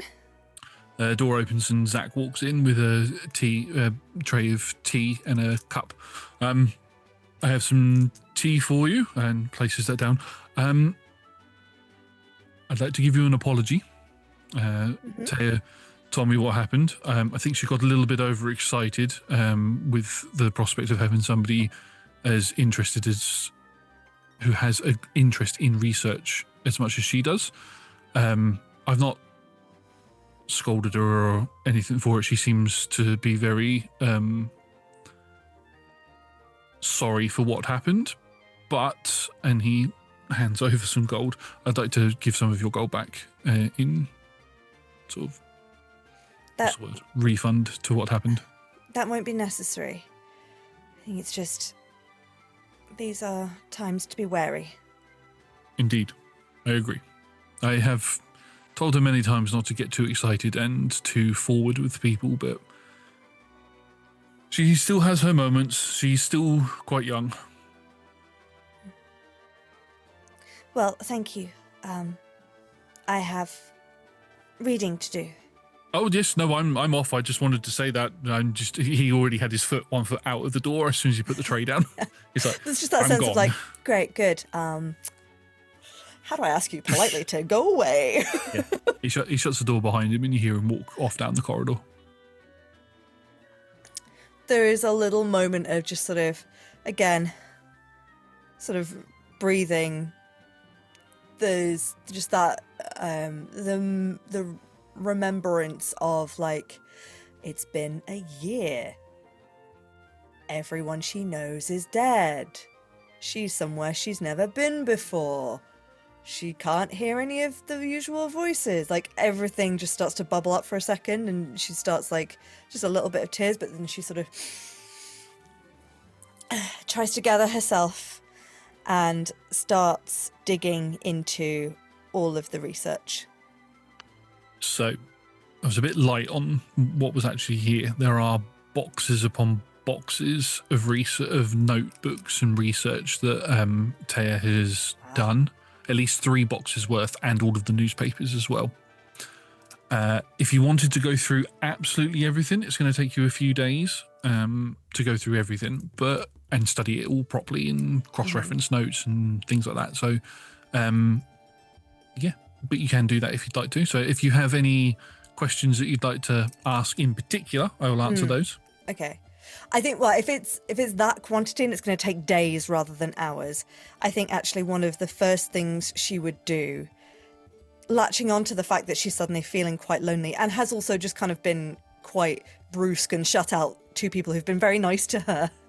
I think actually she'll spend the first hour rattling around in her bag of holding to try and find like a crystal or anything of value, and then realizing that other than like the aether, there's not really, she doesn't have a sort of a gem to form the core of a homunculus at the moment. But she's thinking of Corvu, and she will just sit and start flicking through, get out her fairy tale book and start by flicking through to find pictures of crows, and then she'll start tracing crows in the air, and you'll just get little traces of purple sparkles of the aether. It will take an hour and 10 minutes, but she's casting Find Familiar. Ooh, okay. As Corvu is no longer strictly a homunculus, but now an actual familiar. Yes. As Corvu flicks into existence, you can feel a connection somewhere in the world to his original body, the body that he had before. You feel that tie sever as he stands there looking at you, blinking this time. I think still mechanical. He game mechanically, he's technically a celestial. Yeah. At this point, rather than a construct, but I think he still appears as metal based and with the same sort of glowing purpley aether eyes. But he's magically created rather than mechanically created. If he could talk, he'd go, "Car upgraded, car." I mean, he technically can talk, Josh. Technically, yeah. But I'm not role playing as him. What? I can role play him as you want to, especially now he's in this be a little guy. Yeah. I mean, previously he obviously did just kind of say boop boop. Yeah. But now we have a telepathic connection. And now he actually serves as a proper full-on familiar. Hello, Minerva. How can I help you today? Oh, you know what? Let's stick with Elodie. I apologise. Elodie, how can I help you today? It's nice to see you again, Corvu. We'll give scriptures. Sort of bops you on the nose, and you just hear the boop noise that he normally makes. It is good to see you as well. I was worried for your safety. I was worried for yours. What did you see? Did you... During the fight that happened apparently a year ago, did you... When Minerva the Shadow rejoined with me, were you still conscious? Did you see anything? What happened after that? I was conscious through all of it. I have been conscious throughout everything that has happened over the past year, as you said. Oh, tell me everything. What has happened? Where is everyone? From what I saw during the fight, you were seemingly killed by Solomon. Oh. He flicked his wrist and you turned to dust. And how did I end up here? I am not sure. All I remember from the fight is Brahm, your new friend Lily, and Udric were also killed, but not by Solomon, by something that came out of Solomon, a shadowy figure made of the same purple that I now am. It seemingly killed Solomon and then turned your friends to dust. I watched as Peripatea and Vesania were both Hera, Vesania, were Vania. taken.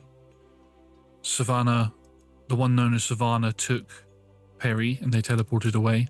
And the one known as Mortigan took Vesania and teleported away. And then the rocks began to fall. The temple was torn apart and I fell. How did you survive? I am a being, I was in my previous body, a mechanical construct created with your magical essence. My body was severely damaged, but my magical essence that you gifted me was able to survive all of this time until you just resummoned me. All right. Well, if I was turned to dust and yet I am here, I am here, right? This isn't all, maybe I'm still in a dream. really boop on your nose. Okay, well, thank you. That hurt. So even if this is a dream, it's quite a visceral one. But if I was turned to dust and survived, then maybe the same is true of the others, right? I've not seen any of them around here, but I wonder if the Aether Storm is connected. It seems similar to... I had another sort of dream-like place that I was. It certainly didn't feel like a year that I was there, but in fact, it felt like barely a few minutes. But it did feel like the Aether Storm that Zach described. Zach is a helpful man downstairs right now. Okay. So I'm connected to that. Did you see the Aether Storm on the coast above that town that Savannah is occupying? Avidry. Avidry? I have seen many things from where I landed. I landed in a wooded area with no trees or life. And I could see lightning, purple lights streaking across the sky every night. Sometimes during the days, during days when it was cloudy, I could see lightning streaking across the skies. On sunnier days where the sun was out, less so. Right. Lots and lots of rain as well. I think to sort of like expedite along the kind of stuff that Elodie is interested in. I mean, one, she's going to read through all of the notes, and if there's any mention of anything like anyone passing through that matches the description of like Udric, Brahm, Visenya, Lily, even Visenya and Perry as well, given that they weren't described as being poofed. Yeah. Like anyone that matches anyone she knows, any of the description, she's looking for that. She's also looking for any answers to like about the Aether Storm, what it is it possibly connected to why she disappeared for a year? General news, so like how is the Imperium spread throughout the year? What are the current like layouts of Imperial territory? Has the Queen of Abacathus made any statements about any of this? Has there been any news of any more zombie uprisings or anything like that? Like basically like big old lore dump of what's happened in the last year. How am I here? Can I get any sense of the existence of anyone else that she knows at all? So, from starting off with your party members, former party members at this point, there are, from the newspapers and the research that you've seen, there have been notes and things that you've got of Tears. There have been no notes of anybody that matches Udric, Brahm, and Lily's descriptions. Same with Perry, no description of anybody matching Perry's description. One of the very first papers that you pick up, there is a look of horror on your face as it speaks about a ascension ceremony that was held in the Imperium recently at the point of this newspaper. So just under a year ago, and it speaks about how the former emperor of the Imperium had died, and Mortigan had taken his place as the Plague Emperor of the Imperium. And good. Four new horsemen have been introduced, although names are not given for them, and a new war master has been appointed in the Imperium, and that war master, when you look at the picture, is Visania. Interesting. Sure. Does she look happy about it? There is no expression on her face at all. She's got a big old crown on her head. Oh. Good. Good. There's probably a good, like, half an hour of just, like, sitting and staring when she's found that and giving Corvu scritches. Not necessarily because Corvu needs it, but she needs the sort of the comfort of giving scritches. Yeah. In terms of the sort of gap in time, when the stuff at the temple happened and now, Corvu will tell you that he lost connection with you when you were dusted, and connection with you was re-established about 2 to 3 hours before you re-summoned him, so when you appeared on the beach. Fine. Well, I think I knew that anyway. Yeah, but he got no feeling of you at all during that entire time, during that year, so he thought you were dead. Yeah. And I'll wrap like this. I should be able to feel where you are anywhere I should be able to feel if you are alive, no matter what distance we are apart. We might not be able to communicate with each other, but even if you are on one of the farthest continents, I would still have a connection with you. And I had nothing. There are thoughts about there being other layers of existence, planes of existence,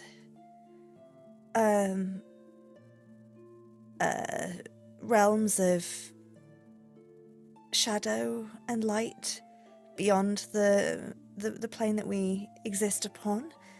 Do you think if I were transported there somehow you would be able to sense my presence?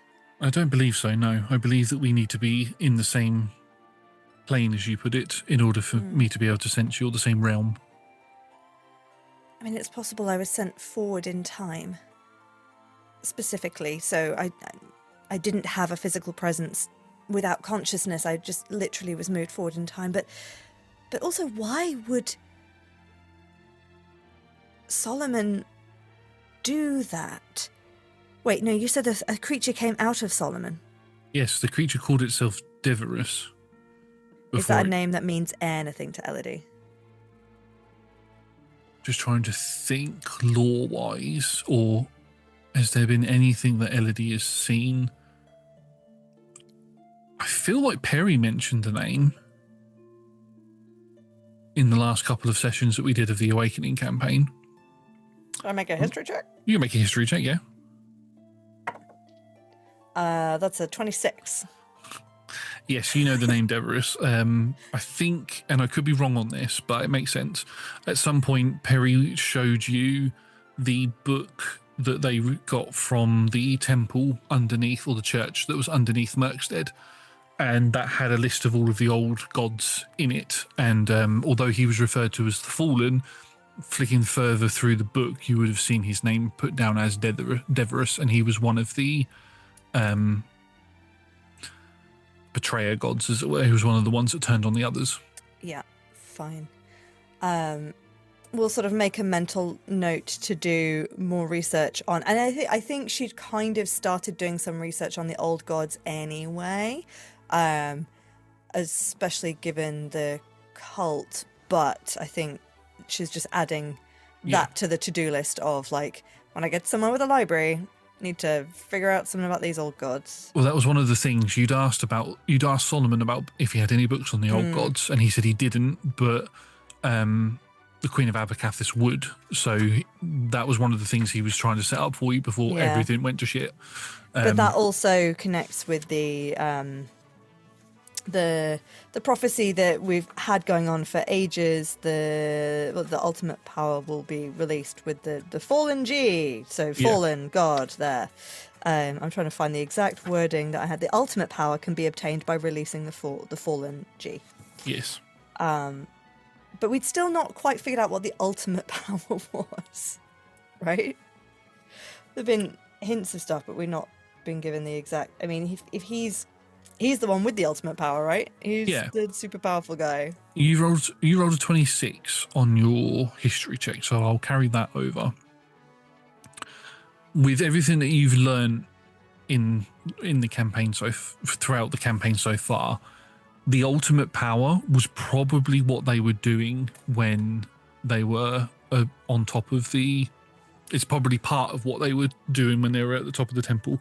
That when they had the 3 relics together, they were able to shape Idorune in their image. Basically, if it wasn't for the fact that you all interrupted it in one way or another, they probably could have done a lot more damage than what they did. Yeah.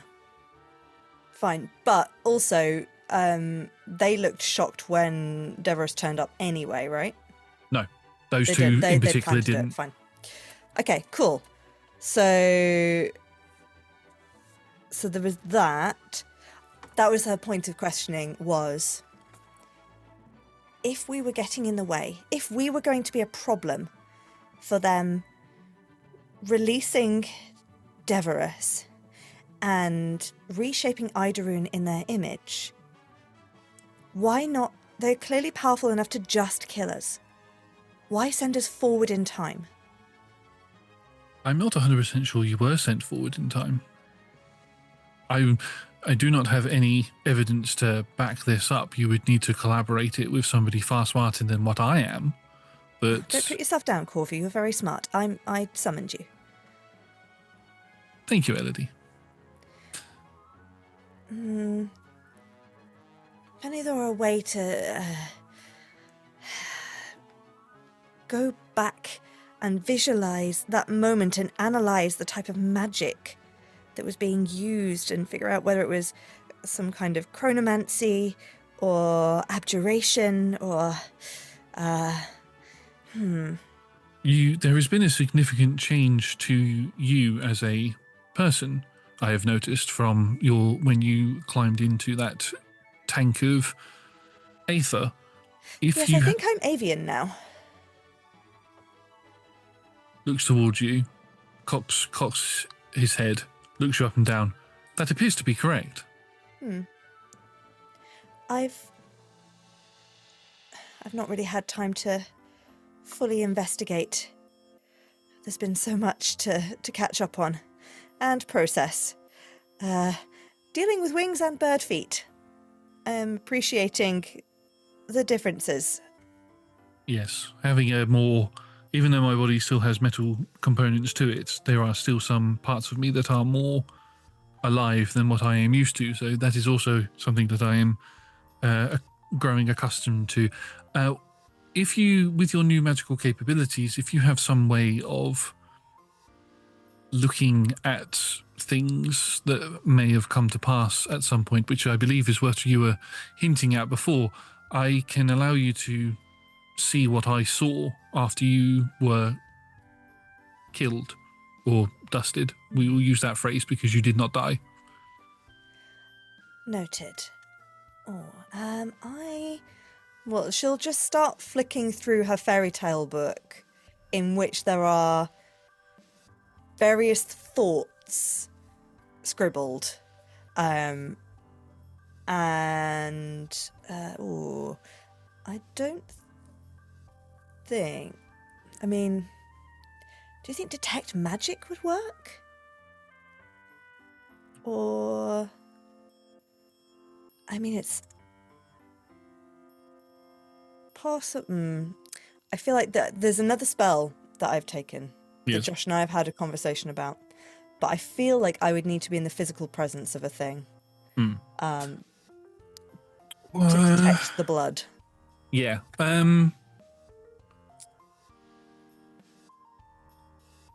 What about that spell that you used right at the beginning? What was that? Moment to think? Moment to think. What if you combine that with another spell? We don't have to think specifically how spells are written. We can sort of wave hand it, and we can Yeah. manipulate the spells to work it out. I mean, you now have the ability to manipulate Aether how you wish, so you should be able to This is manipulate true. spells. So, This is a dangerous ability you're giving me, Josh. how about you can use Moment to Think as a cantrip? Yes. Yes. Yes. How about you use a spell slot to cast it, and we'll add Yeah. some additional things to it. Great. Okay. I mean, we could combine it with no, because I'm specifically rather than trying to figure out Deverus, I'm specifically looking at the magic that he cast Yeah. to dust Elodie and figure out like what that was. So this would be more of along the lines of identify or detect magic, or one of those, right? Mm-hmm. Identify is specifically about an object. You're not high Magic enough level. more... You're not high enough level to have scry, are you? No. No. I don't. Even if you weren't multi-class, I don't think you'd be high enough level. No. I mean, I've got access to 4th level spell slots because Artificer, but I've not got access to 4th level spells yet. Yeah, I think scry's 5th level. I could be wrong though. I'm not sure. I don't know magic that well. Arcane Eye is 4th level, so I think Scry is higher. Okay. Do you have Arcane Eye? No. Okay. Because I don't have access to 4th level spells yet. Oh, But you have said that to me twice, and yeah. I think maybe a combination of Moment to Think and Detect Magic to sort of telepathically warg with Corvu into his memory and to freeze time using Moment to Think and then use Detect Magic. And I'll happily like expend a spell slot rather than ritual cast it. Well, I'd say because this is a combination of 2 spells, it'd have to be at the highest spell slot that you have available. Sure. And you would need to make me an Arcana check as well, please. Great. Well, I tell you what, in that case, one of the things that Elodie can do now as a philosopher, she'll pull out of the... That's Elodie's subclass, by the way. Yeah. She'll pull out a little vial of quintessence of Aether. Mm-hmm. Not the big stacks of Aether that we got from the temple, but the one that she created from looking at rocks and just sort of melting rocks into pure Aether. Yeah. So she'll sit down with Corvu and sort of Corvu in front, and she'll start to lay out the powdered Aether, draw it out of the flask, and start to channel it. And we'll start drawing the sigils in the air that she would to detect magic, which takes a little moment, but she's using this pure Aether to amplify it. So this is now a thing she can do as a philosopher, is to boost a spell slot to a higher level spell slot. So actually I can cast this now at 5th level, but use the 4th level spell slot. I love that. Yep. And then as it's nearing completion, we'll throw another, like one of her hands out to cast, one of her hands out to touch Corvu, and the other hand will just flick a Moment to Think to freeze everything, just as she kind of like walks into his memory. So you freeze everything around you as the detect magic goes off, and you are pulled into, and using your ability to walk into him as well, and you feel this sort of rush come over you, and you open your eyes and you're looking through Corvu's form, and Corvu is currently laying in some dirt in their original body, completely broken and crumpled. As they're laying there, you can hear the sounds of carts going past, and you can see that purple lightning crackling in the sky And then all of that begins to slow down as the moment to think begins to sort of take effect around the memories.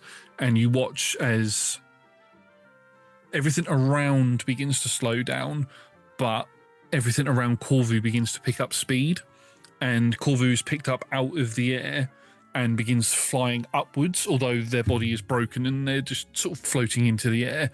You watch as the storms begin to dissipate around, and rocks begin to sort of fly up past Corvu as the entire mountain temple range area is reformed, and Corvu sort of lands flat on the floor next to where your body had been dusted. You can see the remnants of your body sort of there, as although Corvu survived that happening because you weren't there to control him in a way, he sort of on the floor. And you can see at this particular moment, you can see Solomon's body, his eyes sort of roll back and his head is slumped forward over the edge of where you had landed, and pulling out of him is this gooey purple stuff, very similar to the black goo that came out of Brahm, and very similar to how, even though you weren't awake for it, but very similar to how Minerva came out of you. You see this form pulling itself out of the body, and everything around you has stopped. And you can see with the sort of detect magic, traces of this aether going off, coming out of this figure wildly everywhere. Great. And can I see what he is cast to dust Elodie, or is in the process of doing to dust the others? As the sort of time spins a little bit further forward, you watch as Solomon's body very slowly falls off of the ledge and onto the floor. Can't tell whether he's alive or not. And the figure descends down, looking towards your friends. The figure just swoops their hand, and as they swoop their hand, that's where you get that hint of teleportation magic, as it just and it dusts them, but it's not a spell that you recognise. So it is abjuration then, but some form of teleportation. But again, there was no intent to kill there, but also teleporting through time. Unless we were unless we were teleported into the Aether Storm, and then the Aether Storm has time warping properties. Thank you, Corvu. I don't want to watch the rest of them get attacked like that. I'll pull out, and Corvu blinks a couple of times. I'm sorry you were left there for so long, friend. It is okay. There was nothing I could do. There was nobody else. Nobody knew I was there. Can't be helped. We'll give him little pats again anyway. All right. In that case, as we continue our research, we should focus in on that Aether Storm. Anything that that Taya has observed that might give some suggestion as to. We know that it is blocking the sea routes. We know that it is clearly powerful and dangerous, and we don't want to be flying near it because big lightning. But is there any hints that there might be anything inside it? A place that people might have been sent? That kind of thing. So that's what we'll start focusing on in the research, is looking at all of those. So from the research that you do, from the research that Taya has, Aether Storms are a new occurrence to the continent of Idorune. There have been very rare cases of the storm going inland. They've been kept away from, they haven't gone near the Imperium at all. The most frequent Aether Storm is the one that's over Avidry, and you see pictures that have been sort of minor illusion pictures that have been taken on the minor illusion camera that Taya would have taken with her. It's almost like a sort of a still video image. You know, when you take a picture, sometimes it does that whole, it takes 30 pictures and it shows you all of the different ones. You can choose which one you like. Yeah. It's one of those, and you can sort of skim through it, and it shows Taya. You can't see Taya, but she's on one of the merchant ships as they're sort of sailing around near where the cliff face of Aeodrun is, and you watch the purple lightning strike into the cliffside, causing rocks to fall into the sea. And in the place of where those rocks were, purple crystals are jutting out of the side of the mountain. And you watch as Taya sort of lifts the camera up and gives it to someone or something that flies up into the air and gets more of an aerial look of the city of Aeodrun. And you can see that there is purple crystals that have begun forming. They're not on the map at the moment, but they will be there as they are forming where lightning is hit. Aether crystals have begun to form. How big? If they're going to appear on the map, how big are these crystals? Quite big. Some of them from this image that Taya has given you, some of them look like they've been cracked and broken, and you can see lots of bodies around the crystals, and sort of some of them have got dark ropes, it looks like, around them, and they're being dragged into different places. So somebody is harvesting these crystals. Of course. Because they will be powerful and useful, I am sure. Right. Okay. Anything else that's going to be useful for us to know? There's no notes on anything being in the storms, though. It's not something that Taya would have thought of to look into. I mean, can I make any kind of like general arcana check to sort of, based on all the notes that I have already, figure out why we were gone for a year? I would allow for...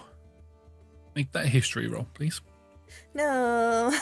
There is a particular reason for that. Okay. We'll give myself guidance as well. Okay, that's cocked. Okay. That is gonna be 21, 2, 3, 4, 5, 25. As you sort of think, is there any sort of reason why we were gone for a year? Was it a year exactly? Where were we?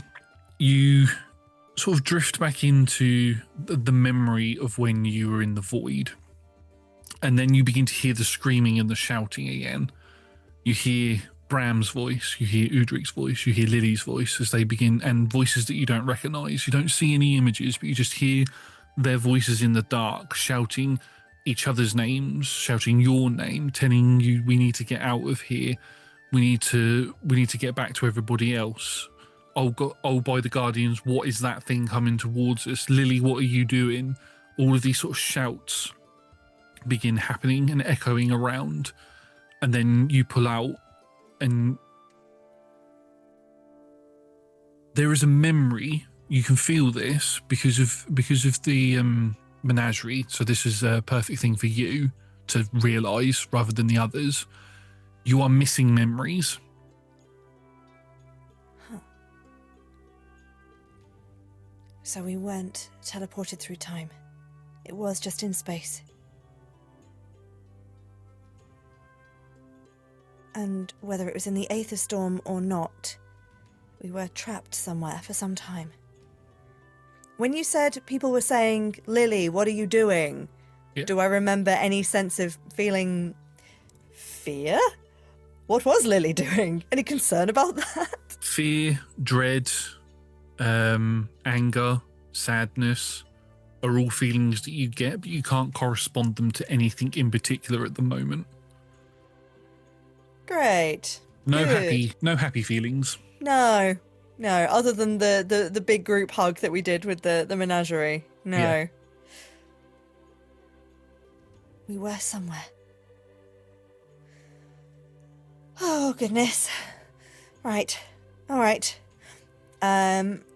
She's going to cast, as a ritual, a new spell, Memorize.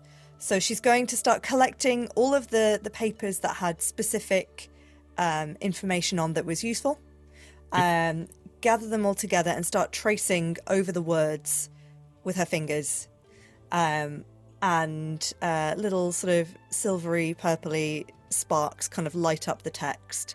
And with this spell, as the eyes pass over the text, it's committed to her memory for a year. Oh, wow. I remember the exact details of all the information on the page. So advantage on any intelligence checks to recall any information that would have been in these papers. Amazing, for a year. So all of the information that I said to you before, that from Taya's side of things, you were able to memorize all of that. You did ask before about general information as well, and some of the general bits that you pick up is strange. This was another article written by Taya. Strange city has appeared out of the sands in the deserts. Oh. Nobody has made contact with it yet. Concerning. And then another one says, contact has been made with Strange City. People are very friendly, say they're from a different continent. How did they get here? Huh. Did it say which continent? Are they from Niara? Yeah, Niara they're from. Or Nihara, sorry. Nihara. Yeah. Okay. Interesting. Nihara, which has a mysterious black pyramid. Yes. Connections with the other continents have been re-established, is another article that comes up.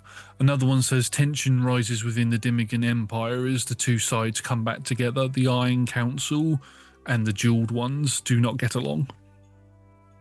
Okay. I mean, it's been a long time since they've worked together, I guess, so difficult. Yep. The Sky City of Gale's Rest has come into the lands of Idorune and has begun trading with its people. The people of Gale's Rest are kind and gentle people and are ruled over by a silver dragonkin called Ciro, or Cirostratus. Okay. That sounds like a relation to someone that Elodie doesn't know.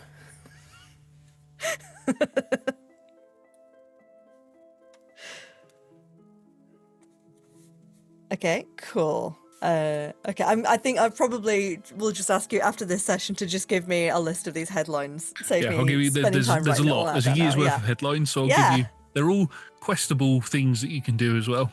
Oh, great. Good. Oh, one other very important one that you hear. Cries have been heard from the seas near the. Hang on, let me just check my map quickly. Cries have been here. Deep sea cries have been heard near the Imperium, but not in the deep seas. Nobody knows what it is. That sounds like their problem. Yeah. That sounds like something that I'm not equipped to fuck with. No. No Guardians have been sighted for over a year. No Guardians at all? No Guardians at all. Okay. That's more concerning. There's also a moment we've not really discussed since she's been in the machine that changed her. But I had assumed was the case because she'd been sort of healed. She's not had the symbol on her hand anymore, right? The tracking symbol. No, that's gone. Yeah. Yeah, that would have been healed and gone. Specifically from the machine and not from, like, since she's been back from wherever she disappeared. Specifically from the machine, yeah. Yeah, fine. There'll be a moment, I think, with all of this information, and obviously this has been a couple of days, from all of this information where she will have looked at her hand and the lack of the symbol on her hand, which obviously was like the motivating factor for a long time was hide and then work with Solomon to start to build a new life, but also trying to figure out how to get rid of it, to suddenly everything's gone to shit on multiple different levels. But for the first time in a long time, she's not got a thing to run from or hide from specifically. And she'll just turn to Corvu. Corvu, what are we? Alive. Well, exactly. And free. Exactly. We have no, or you have no Solomon manipulating the path that you're on. Your parents are not in the picture.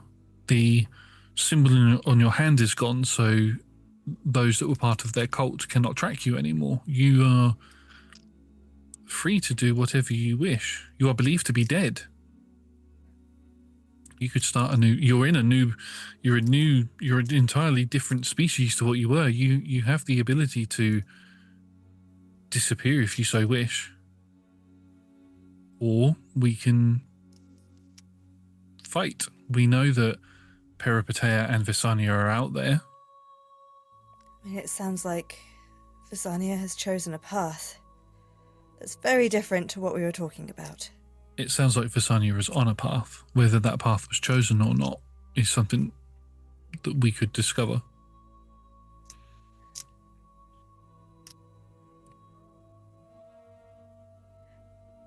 Are we heroes? Heroes is a strong word. I agree. I don't think we're there yet. If that is something you are looking to be, then we have to fight. I don't know if it is. This would be so much easier if Brahm would want to do what was right. Peripatea would want to find out more about their past. Find out how... I don't even know. Would they be cross at this? Is this something that they work towards? Visenya, I don't even know. Udric. What would Udric want to do? Would Udric just want to survive as well? Would he go on a quest to find others? Udric would want to be with his family. He knows where his family is, so he would want to make his way back there, is my assumption. Brahm's family. Oh, do you remember anything about the Marley's rest in your time since? Did you see anything to do with them? Unfortunately not, no. I was only, once I fell from the rock, I was only in one location. I wasn't picked up or anything. I was in a dead wood. Have we come across any information about contact being made with the Marley's rest?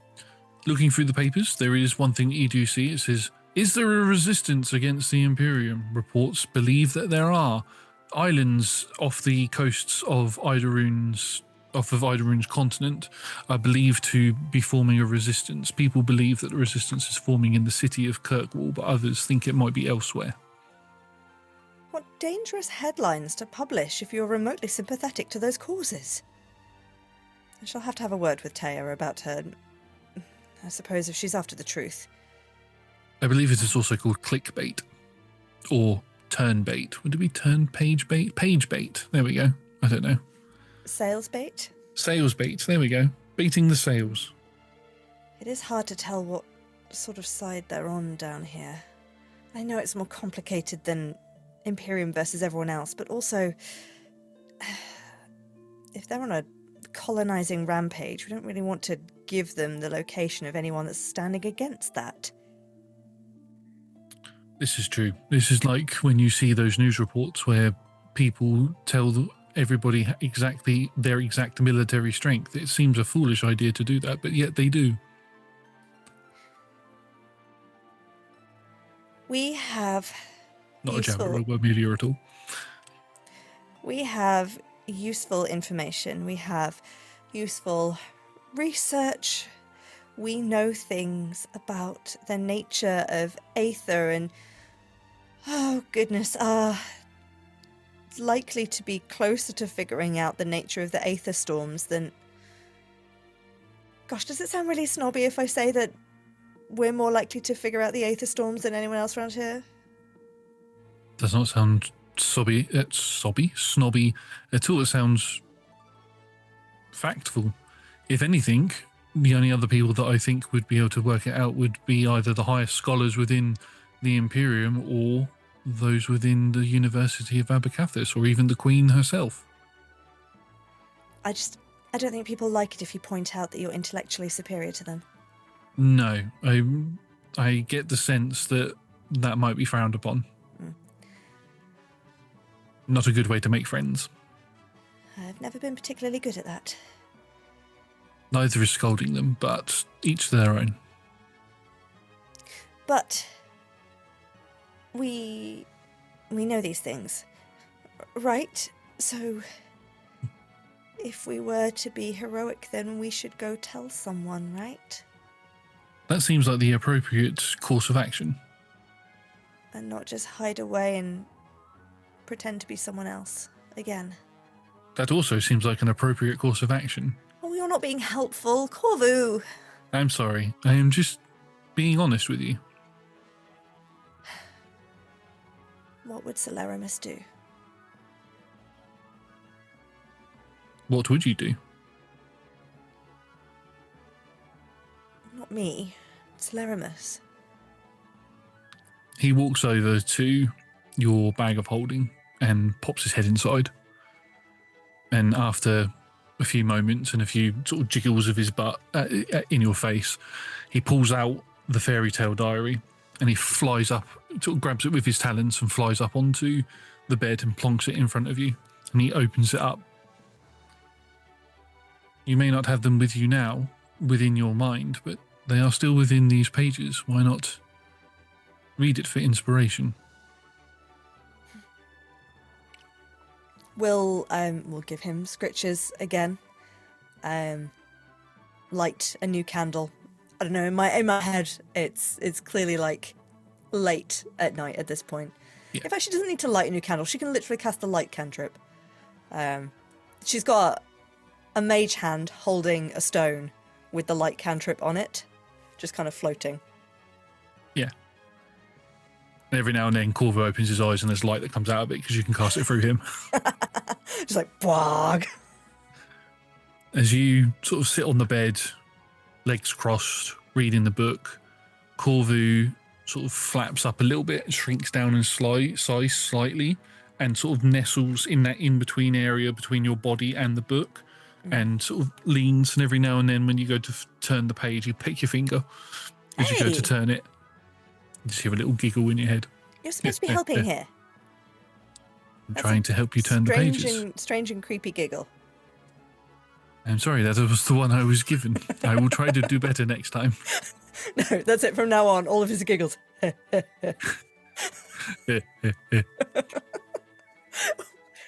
would I program you like this?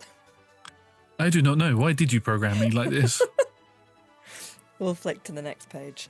Yeah. And there's stories of like Celeramus being that dashing hero that faces up against but it's all very easy to see who the bad guys are, and he'd never back down from defending the innocent, and Ember sort of swearing vengeance on those that have wronged her and burned everything that she knew, and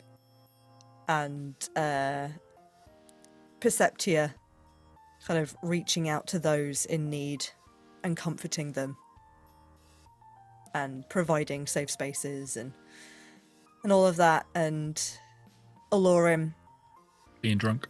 being drunk. No, we've not really got into Alorim. I think, yeah, absolutely, a little bit of a lush, but maybe it's more like courtly politics, and he's good at sort of playing the court secrets game and being oh so charming at parties, but managing to persuade secrets out of people and infiltrate society and things like that. And yeah, she'll flick through and sort of sigh I just feel very tired by the weight of, like, feeling like she's got to fix this all on her own. Yes. You fall asleep. You can fall asleep with the book in your hands. You can take that long rest now. I think that's well deserved. You've definitely used enough spell slots and stuff like that to warrant a long rest at this point.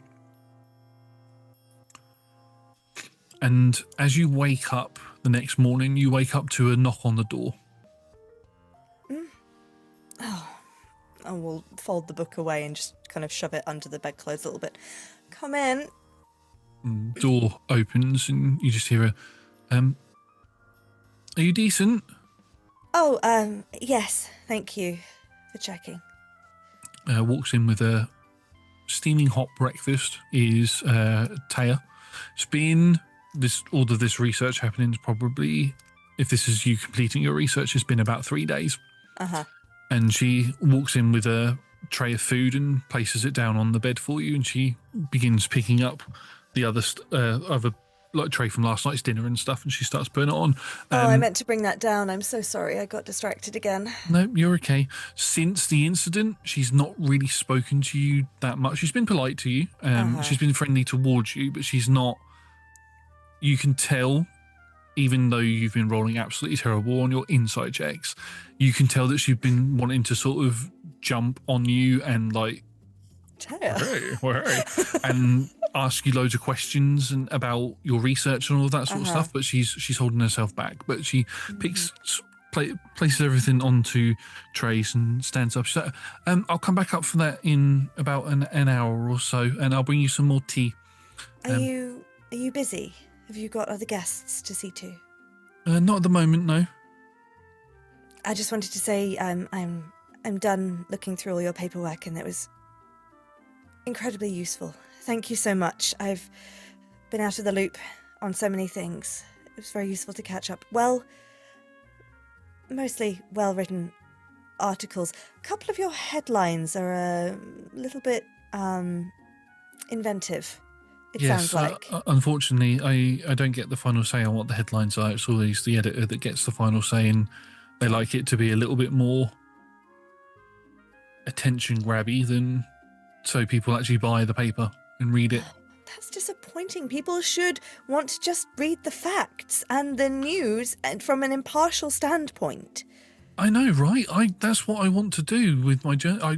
If I had the money to become my own free writer and publish my own newsletter or newspaper or anything, and I would write facts. I wouldn't try grabbing people's headlines. I would tell people what they need to know within the world. If there was a way that I could share this information across the world, even if it was on one of these little, and she pulls out the little camera that she has, even if I could do it like that, but there's no way to do that. Well, I think that's a remarkable idea. It could be possible. It could be possible. It's not something. How much do you think that your setup costs would be? Well, I don't know. I don't know what sort of technology you would need to be able to do that, but in order to set up my own newspaper and printing business, you're talking a couple of hundred, maybe even 1,000 gold pieces. I don't know.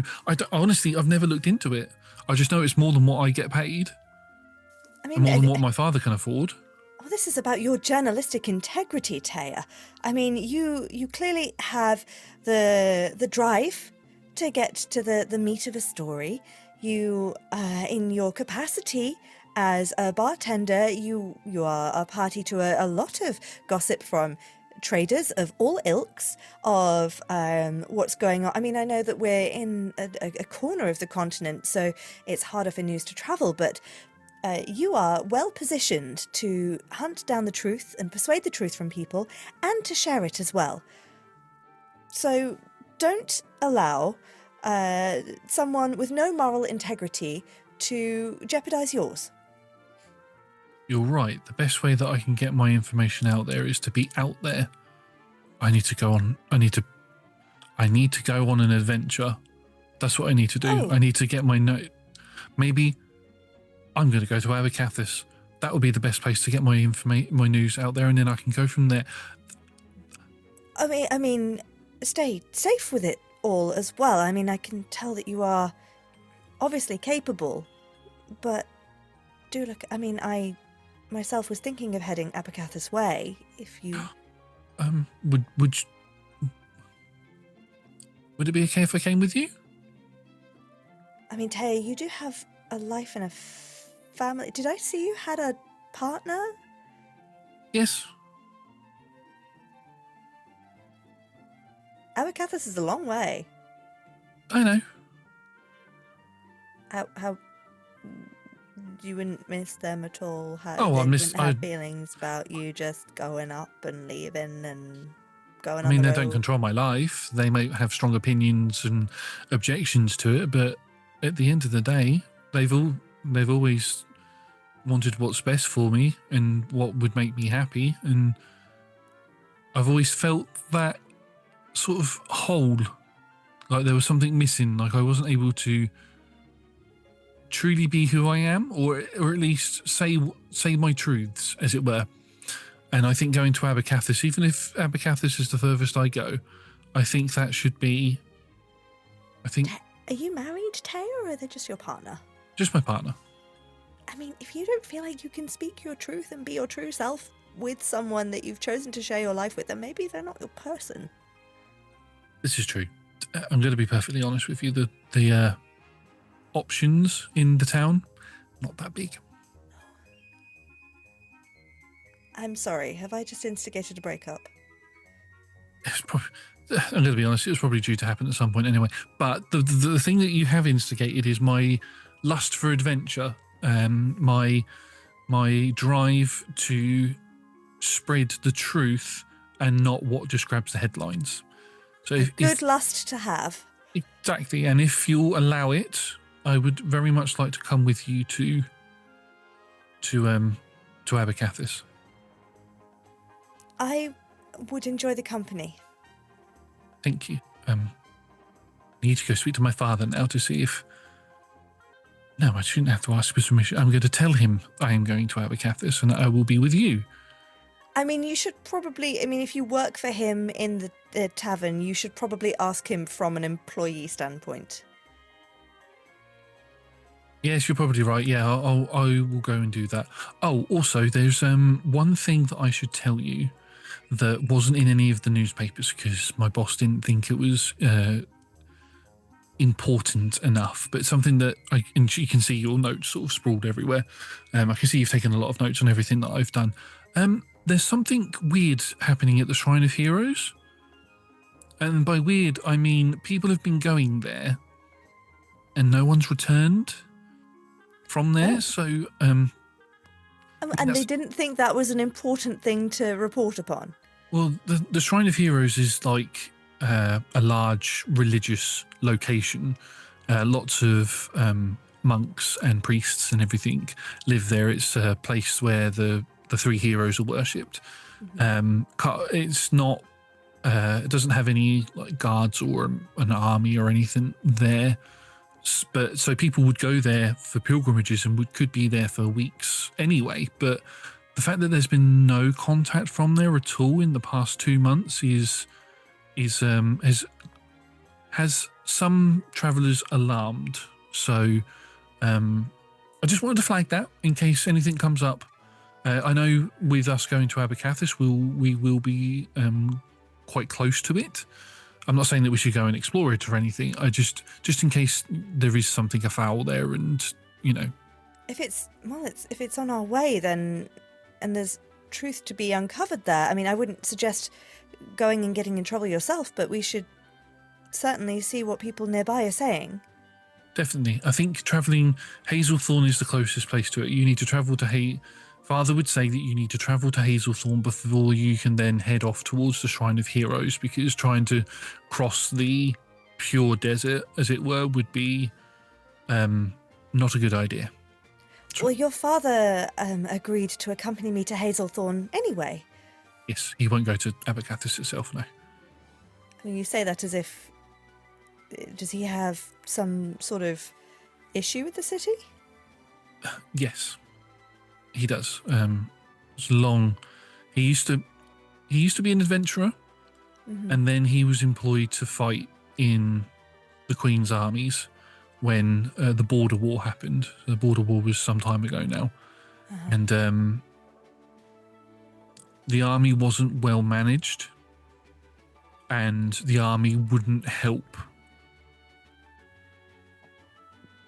the kingdom, the Knights of Ashlora, when they were in need. They were being attacked by the Imperium and the Dimigan on two different fronts, and my father's generals said that we were to stand back.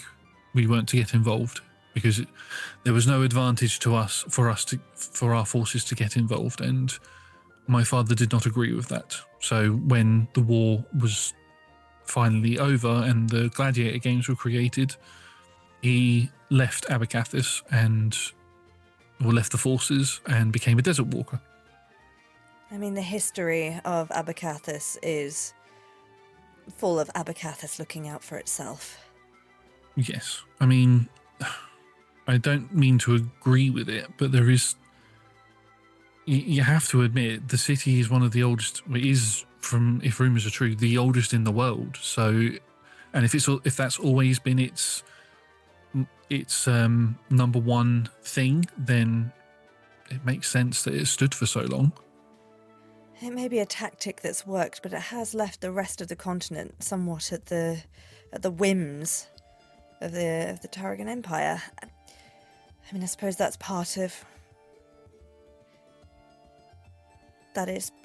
what we need to do, is convince the Queen that it is in Abercathis' best interests to get involved.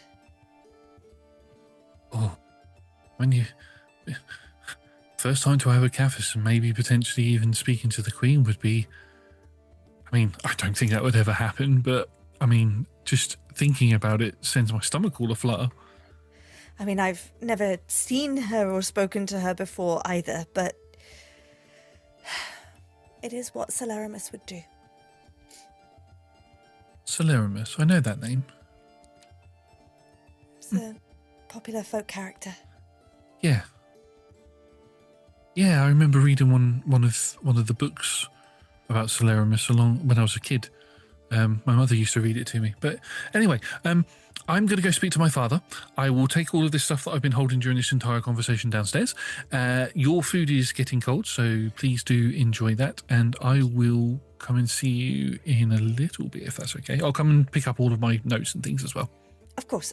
I'll tidy them and resort them. And do you prefer chronological, alphabetical? Alphabetical, please. Actually. That's... Alphabetical, chronological. I mean, that is incorrect. It should be chronological, but if that's your preference, that's fine. Yes. Thank you very much. And she sort of runs out of the room. As she runs out of the room, you hear her say, "She has so much she can teach me," and she runs off. Because she's not actually. She's got a partner. She's got a dad. You're quite young. How old is Elodie? I mean, if it's been a year, then she's about 20. Yeah, she's probably a little bit younger than you. She's probably more 18, 19. Not by much, but yeah. So, yeah, with that, I think that's a nice place for us to end the session, because I feel like something will happen in the next one that will bring characters together, maybe. So it's a nice little place to leave that rather than leaving it on a cliffhanger. You don't always need a cliffhanger at the end of every session. You can have a nice little story point. No, you don't. And you don't need to just chuck everything at everybody super fast so they get no time to sit and actually study and do anything. Don't do that, people. Anyway, thank you very much for everybody for watching. We have been Roll Together RPG. If you like what you see, we do D&D content on Mondays from 6 p.m. UK time. We do other content throughout the week on Twitch from 12 p.m. UK time. Check out our socials and join our Discord to find out what we're doing, when we're doing, and how we're doing it. Massive thank you to our sponsors and supporters, to the D20 Club, Dice Heads, and other tiers on Patreon. They are fantastic. They are the best. You can join them from as little as $1 of your local currency per month, or 1 goat, which must be sent to Tom for various different reasons, because I can't think of a quip off the top of my head. Anyway, we're going to thank you to Nat for playing in today's session and for reintroducing everybody to Elodie and what Elodie might have been getting up to, and by allowing me to do all of the lore dumps again. Anyway, thank you very much, everybody. We will see you next week. Bye.